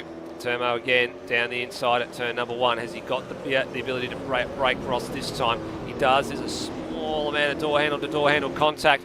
Ross is on the inside this time. Turmo's on the other side here. He will sneak through at 3, but Ross, can he now drive it out the other side? Turmo pulls the same trick as Brendan Ross. Drives the narrow line out of turn 3. Curtails the progress of the 888 machine as they run through turn 5. Warwick has now jumped Daniel Cox, and he's got Bailey Hall all over the back of him, heading down into 6, and Hall might get that move done round the outside, but no, he didn't quite pull it off. Cox manages to defend the move there as well. Now, the last time around, Green and Thrower were just a little bit quicker than this group of 5 cars, and they are coming, but they need to pick up a little bit more time. They need to find a few more tenths of a second to be in this fight. Yeah, I think with where things are at, it's going to take a bit of a move back from Ross. He definitely has the tyre advantage, or I'd say he's going to have the tyre advantage if he needs it, but it seems he isn't quite still carrying that pace of Turmo, even with Turmo's slightly more advanced tyre state. Steve Warwick, as we mentioned, good pace there as well. He's been able to hold it through the corners in the way that Ross can't. I don't think it's slipstream based. He's closer to Ross than Ross was to Igmanis through that corner, so it wasn't a lack of that. I think it's a lack of tyre from the defensive work Rossi's been doing, perhaps, compared to Warwick. And I suppose the difference is that Igmanis and Ross are fighting for bigger aspirations. Warwick's just here to fill in for the round, so he doesn't really have to worry about the big picture thinking. He's just out there to get a result. He's out there to put some team points on the board for Team Tanifer, basically, but he's turned it right now into a top 10 result at the moment as it sits right now with 3.5 laps to run. Through turn 5 again, this group of cars go. So Igmanis from Ross, then Warwick, Cox, and then Hall's doing really well to hang into this fight here. Green and Thrower have sort of just hit a bit of a brick wall at the minute. They sort of really can't bridge this gap. It's sort of become a bit stagnant at about 2 seconds. They just can't sort of break through that next little level to catch on to the back of Bailey Hall. This group have now actually sort of settled into a bit of a momentum, and they're just starting to ease away here as Cox now looks down the inside of Warwick at the second to last corner. Bit of contact, nothing too serious. Oh, Hall into the back of Cox. That was just a concertina effect there, I think, for Daniel Cox. Because he stuck his nose down the inside of Steve Warwick. He unfortunately made himself a bit vulnerable to Bailey Hall, and then he was slow on the exit. Hall taking the normal line, wasn't quite able to pull the car up in time, and a little bit of minor contact. I'm sure there'll be a little bit of grievances filed after that one. Might unfortunately be deemed a racing incident. I actually don't know if Bailey Hall did much wrong there. We go back to the replay just to have a bit more of a look. It will go sort of on board here, I think, with the 38 machine. You can see here the closing speed coming down into the corner, and because he was wide and then Hall sort of ridden the curb, and look at it from that point of view, I can sort of maybe see the argument, but it's a bit hard to check up mid-corner like that when you've partially rotated the car and you've got 2 wheels potentially in the air. The car's in a position where its braking's not going to be optimal. I'm leaning on the fence of racing incident. Yeah, I guess we'll see, and I'm not sure whether it's something that might resolve in discussions after the race, or I think at this point I don't think we're going to see something happen on long track between the two cars. There is a second and a bit, 2 seconds and a bit between them. Yeah, just an unfortunate thing where Hall was very much trying to be there to capitalise on a mistake from Cox, and Cox just went for a gap that wasn't quite there in the first place, and he had to check up, and as a result, trying to get the best run he wanted to attack him. Perhaps on the next corner, it very much put Bailey into the back of Coxey's rear bumper, but yeah, it's a hard one to call, so we'll leave that. Yeah, I think we will. So 2 laps to run here. Hall's little indiscretion has not only allowed him to get past Cox, it allowed Thrower to get past Cox as well, and he's now eyeing off 11th place on his stablemate. Beyond Young Guns entry versus Beyond Racing mainstream entry heading through turn 3. Thrower's had a fairly good run here out of turn 3. Will he be in a position to see the move up the inside into turn 6? He's definitely close enough to it. Is he going to throw it down me up the inside? He does. He gets the move done here.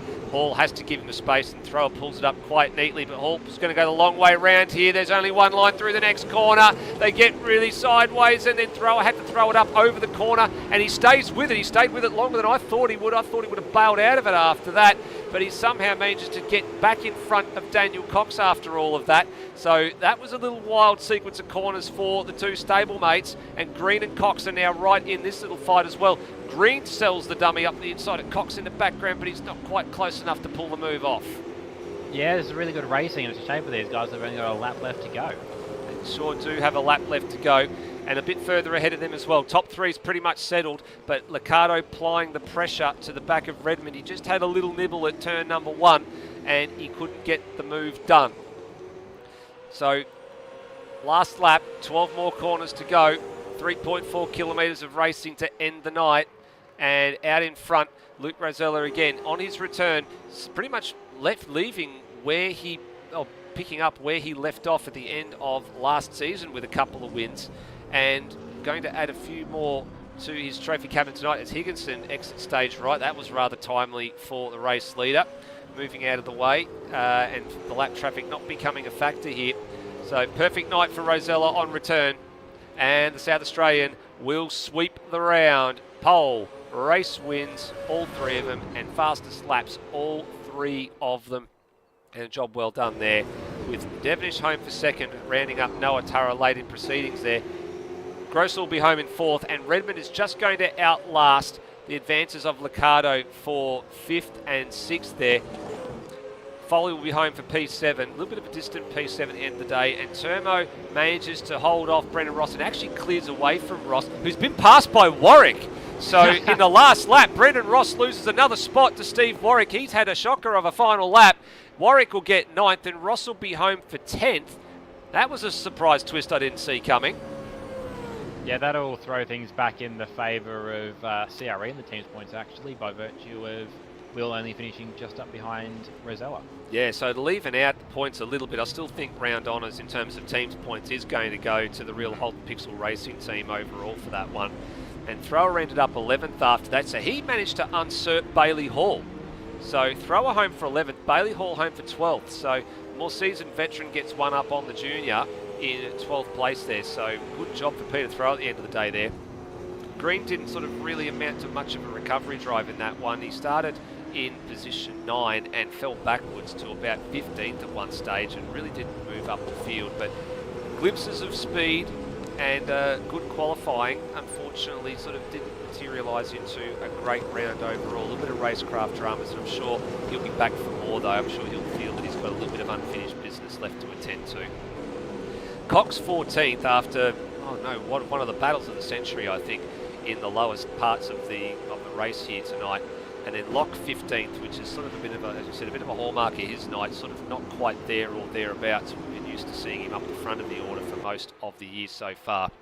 And then Rutledge, Burko and Higginson were the last 3 cars in there as well. Oz, the Pixel cars are having a bit of a moment here. Now, they're being a bit silly, and this is sort of something that has been a bit of a no-no in ASR over the course of time.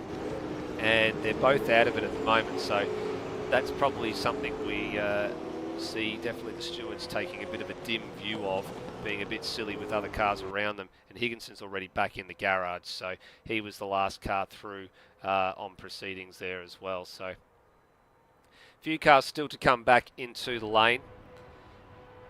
And that will be all for the first round ever held at the Bend Motorsport Park for ASR Supercars. And a successful pair of rounds for not only the Supercars tonight, but the development series a week ago as well, Rody. It's been a great pair of weeks.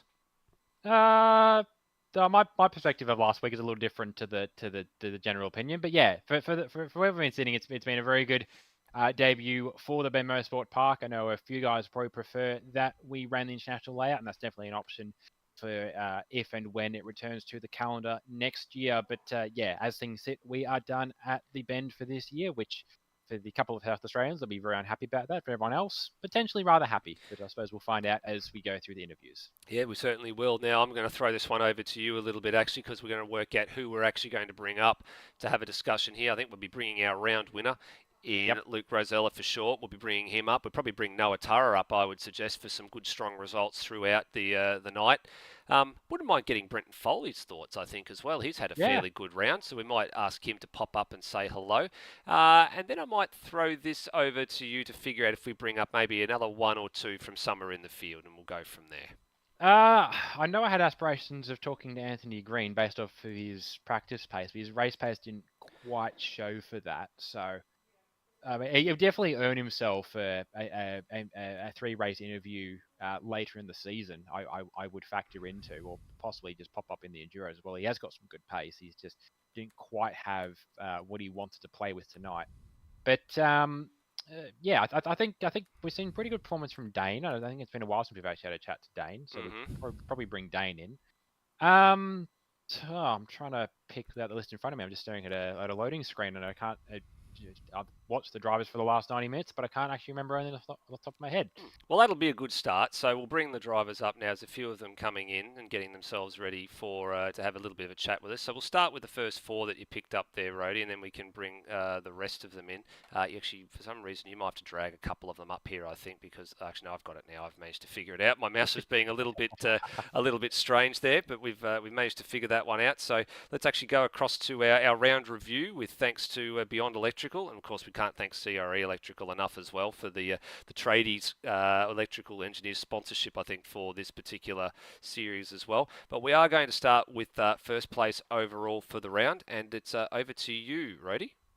Yep, so we're going to start off with Luke Rosella, as you mentioned earlier, very much sort of picking back up where he left off. To pick up a couple of wins last season as he tailed off his year, and clean sweeping the round tonight with 3 poles, 3 fastest laps, and 3 race wins. Luke, you said to me before we started tonight that you might still be a bit rusty, but doesn't look it.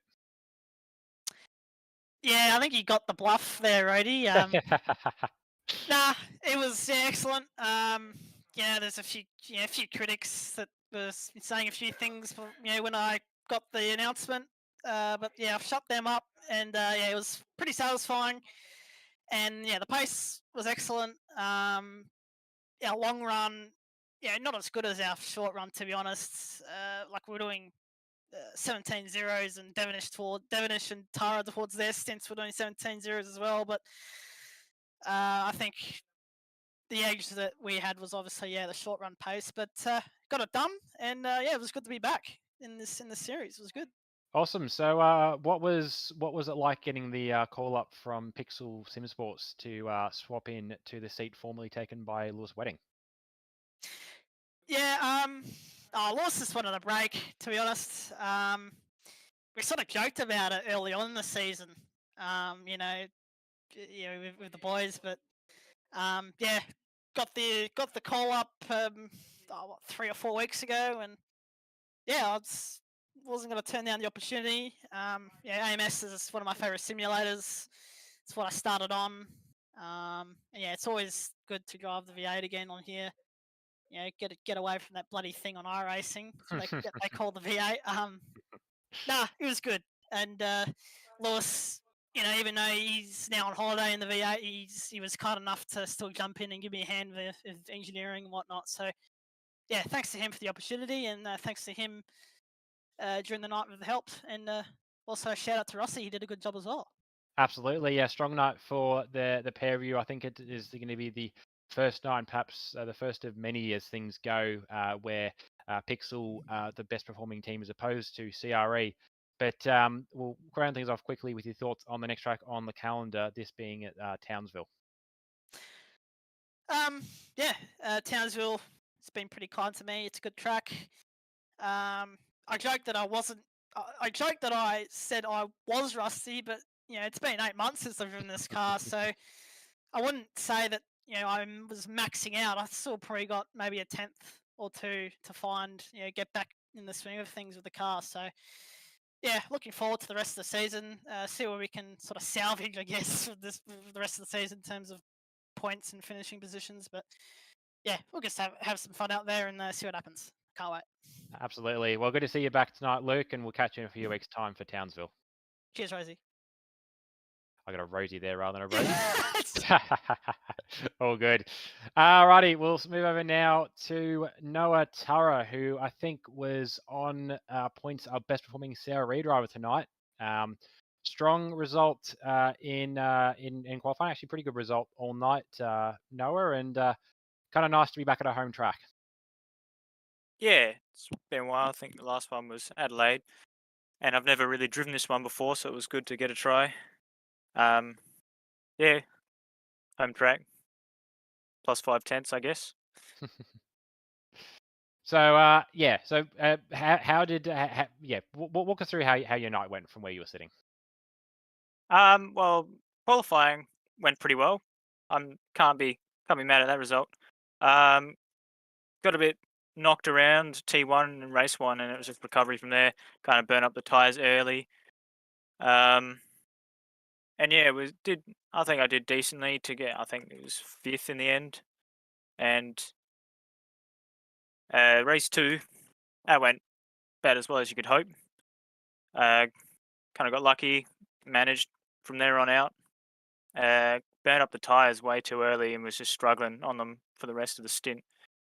And then race 3, kind of same deal, except I was easier on the tires, although didn't quite match Devonish and faded towards the end there. But yeah, overall, decent result. So coming out of Dev Series last year, obviously your first full-time year in Supercars, how's the transition feeling? Yeah, it's good. Well, they're like roughly the same cars, so driving wise, it's no different. But yeah, having obviously way faster guys in the top 5, it's hard to even break like the top 4 normally. So just kind of sit down for a few hours here and there and practice more essentially. Whereas with Dev Series, I feel like I could get away with practicing on the night. Absolutely. Well, what's your thoughts then coming into the next round at Townsville? Yeah, I had a pretty decent showing there in the Dev Series, so I think barring any crazy like torpedoes T1, I reckon I'll go all right. And I think there will be a few safety cars thrown around for Townsville. But I don't think tyres will be much of a problem there either. Quite possibly. Well, good to see you up the front tonight, Noah, and we'll catch you in a few weeks' time at Townsville. Yep, thanks already.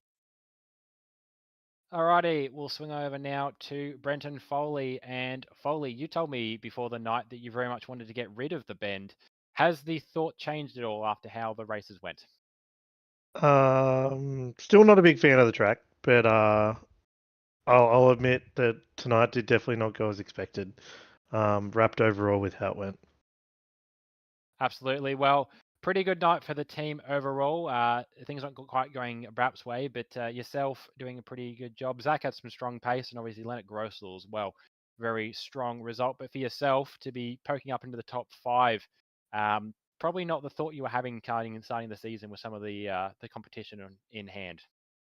Definitely not. I thought I'd be back end around the top 10, around maybe 7th or so. But yeah, as you mentioned, the team's doing really well at working together. I wouldn't have had the results if I didn't have a bit of the input that I had from setup wise and things like that tonight. So yeah, Brap wasn't feeling the greatest. We had to bow out a bit early, but yeah, he gave us a lot of good pointers that helped a lot.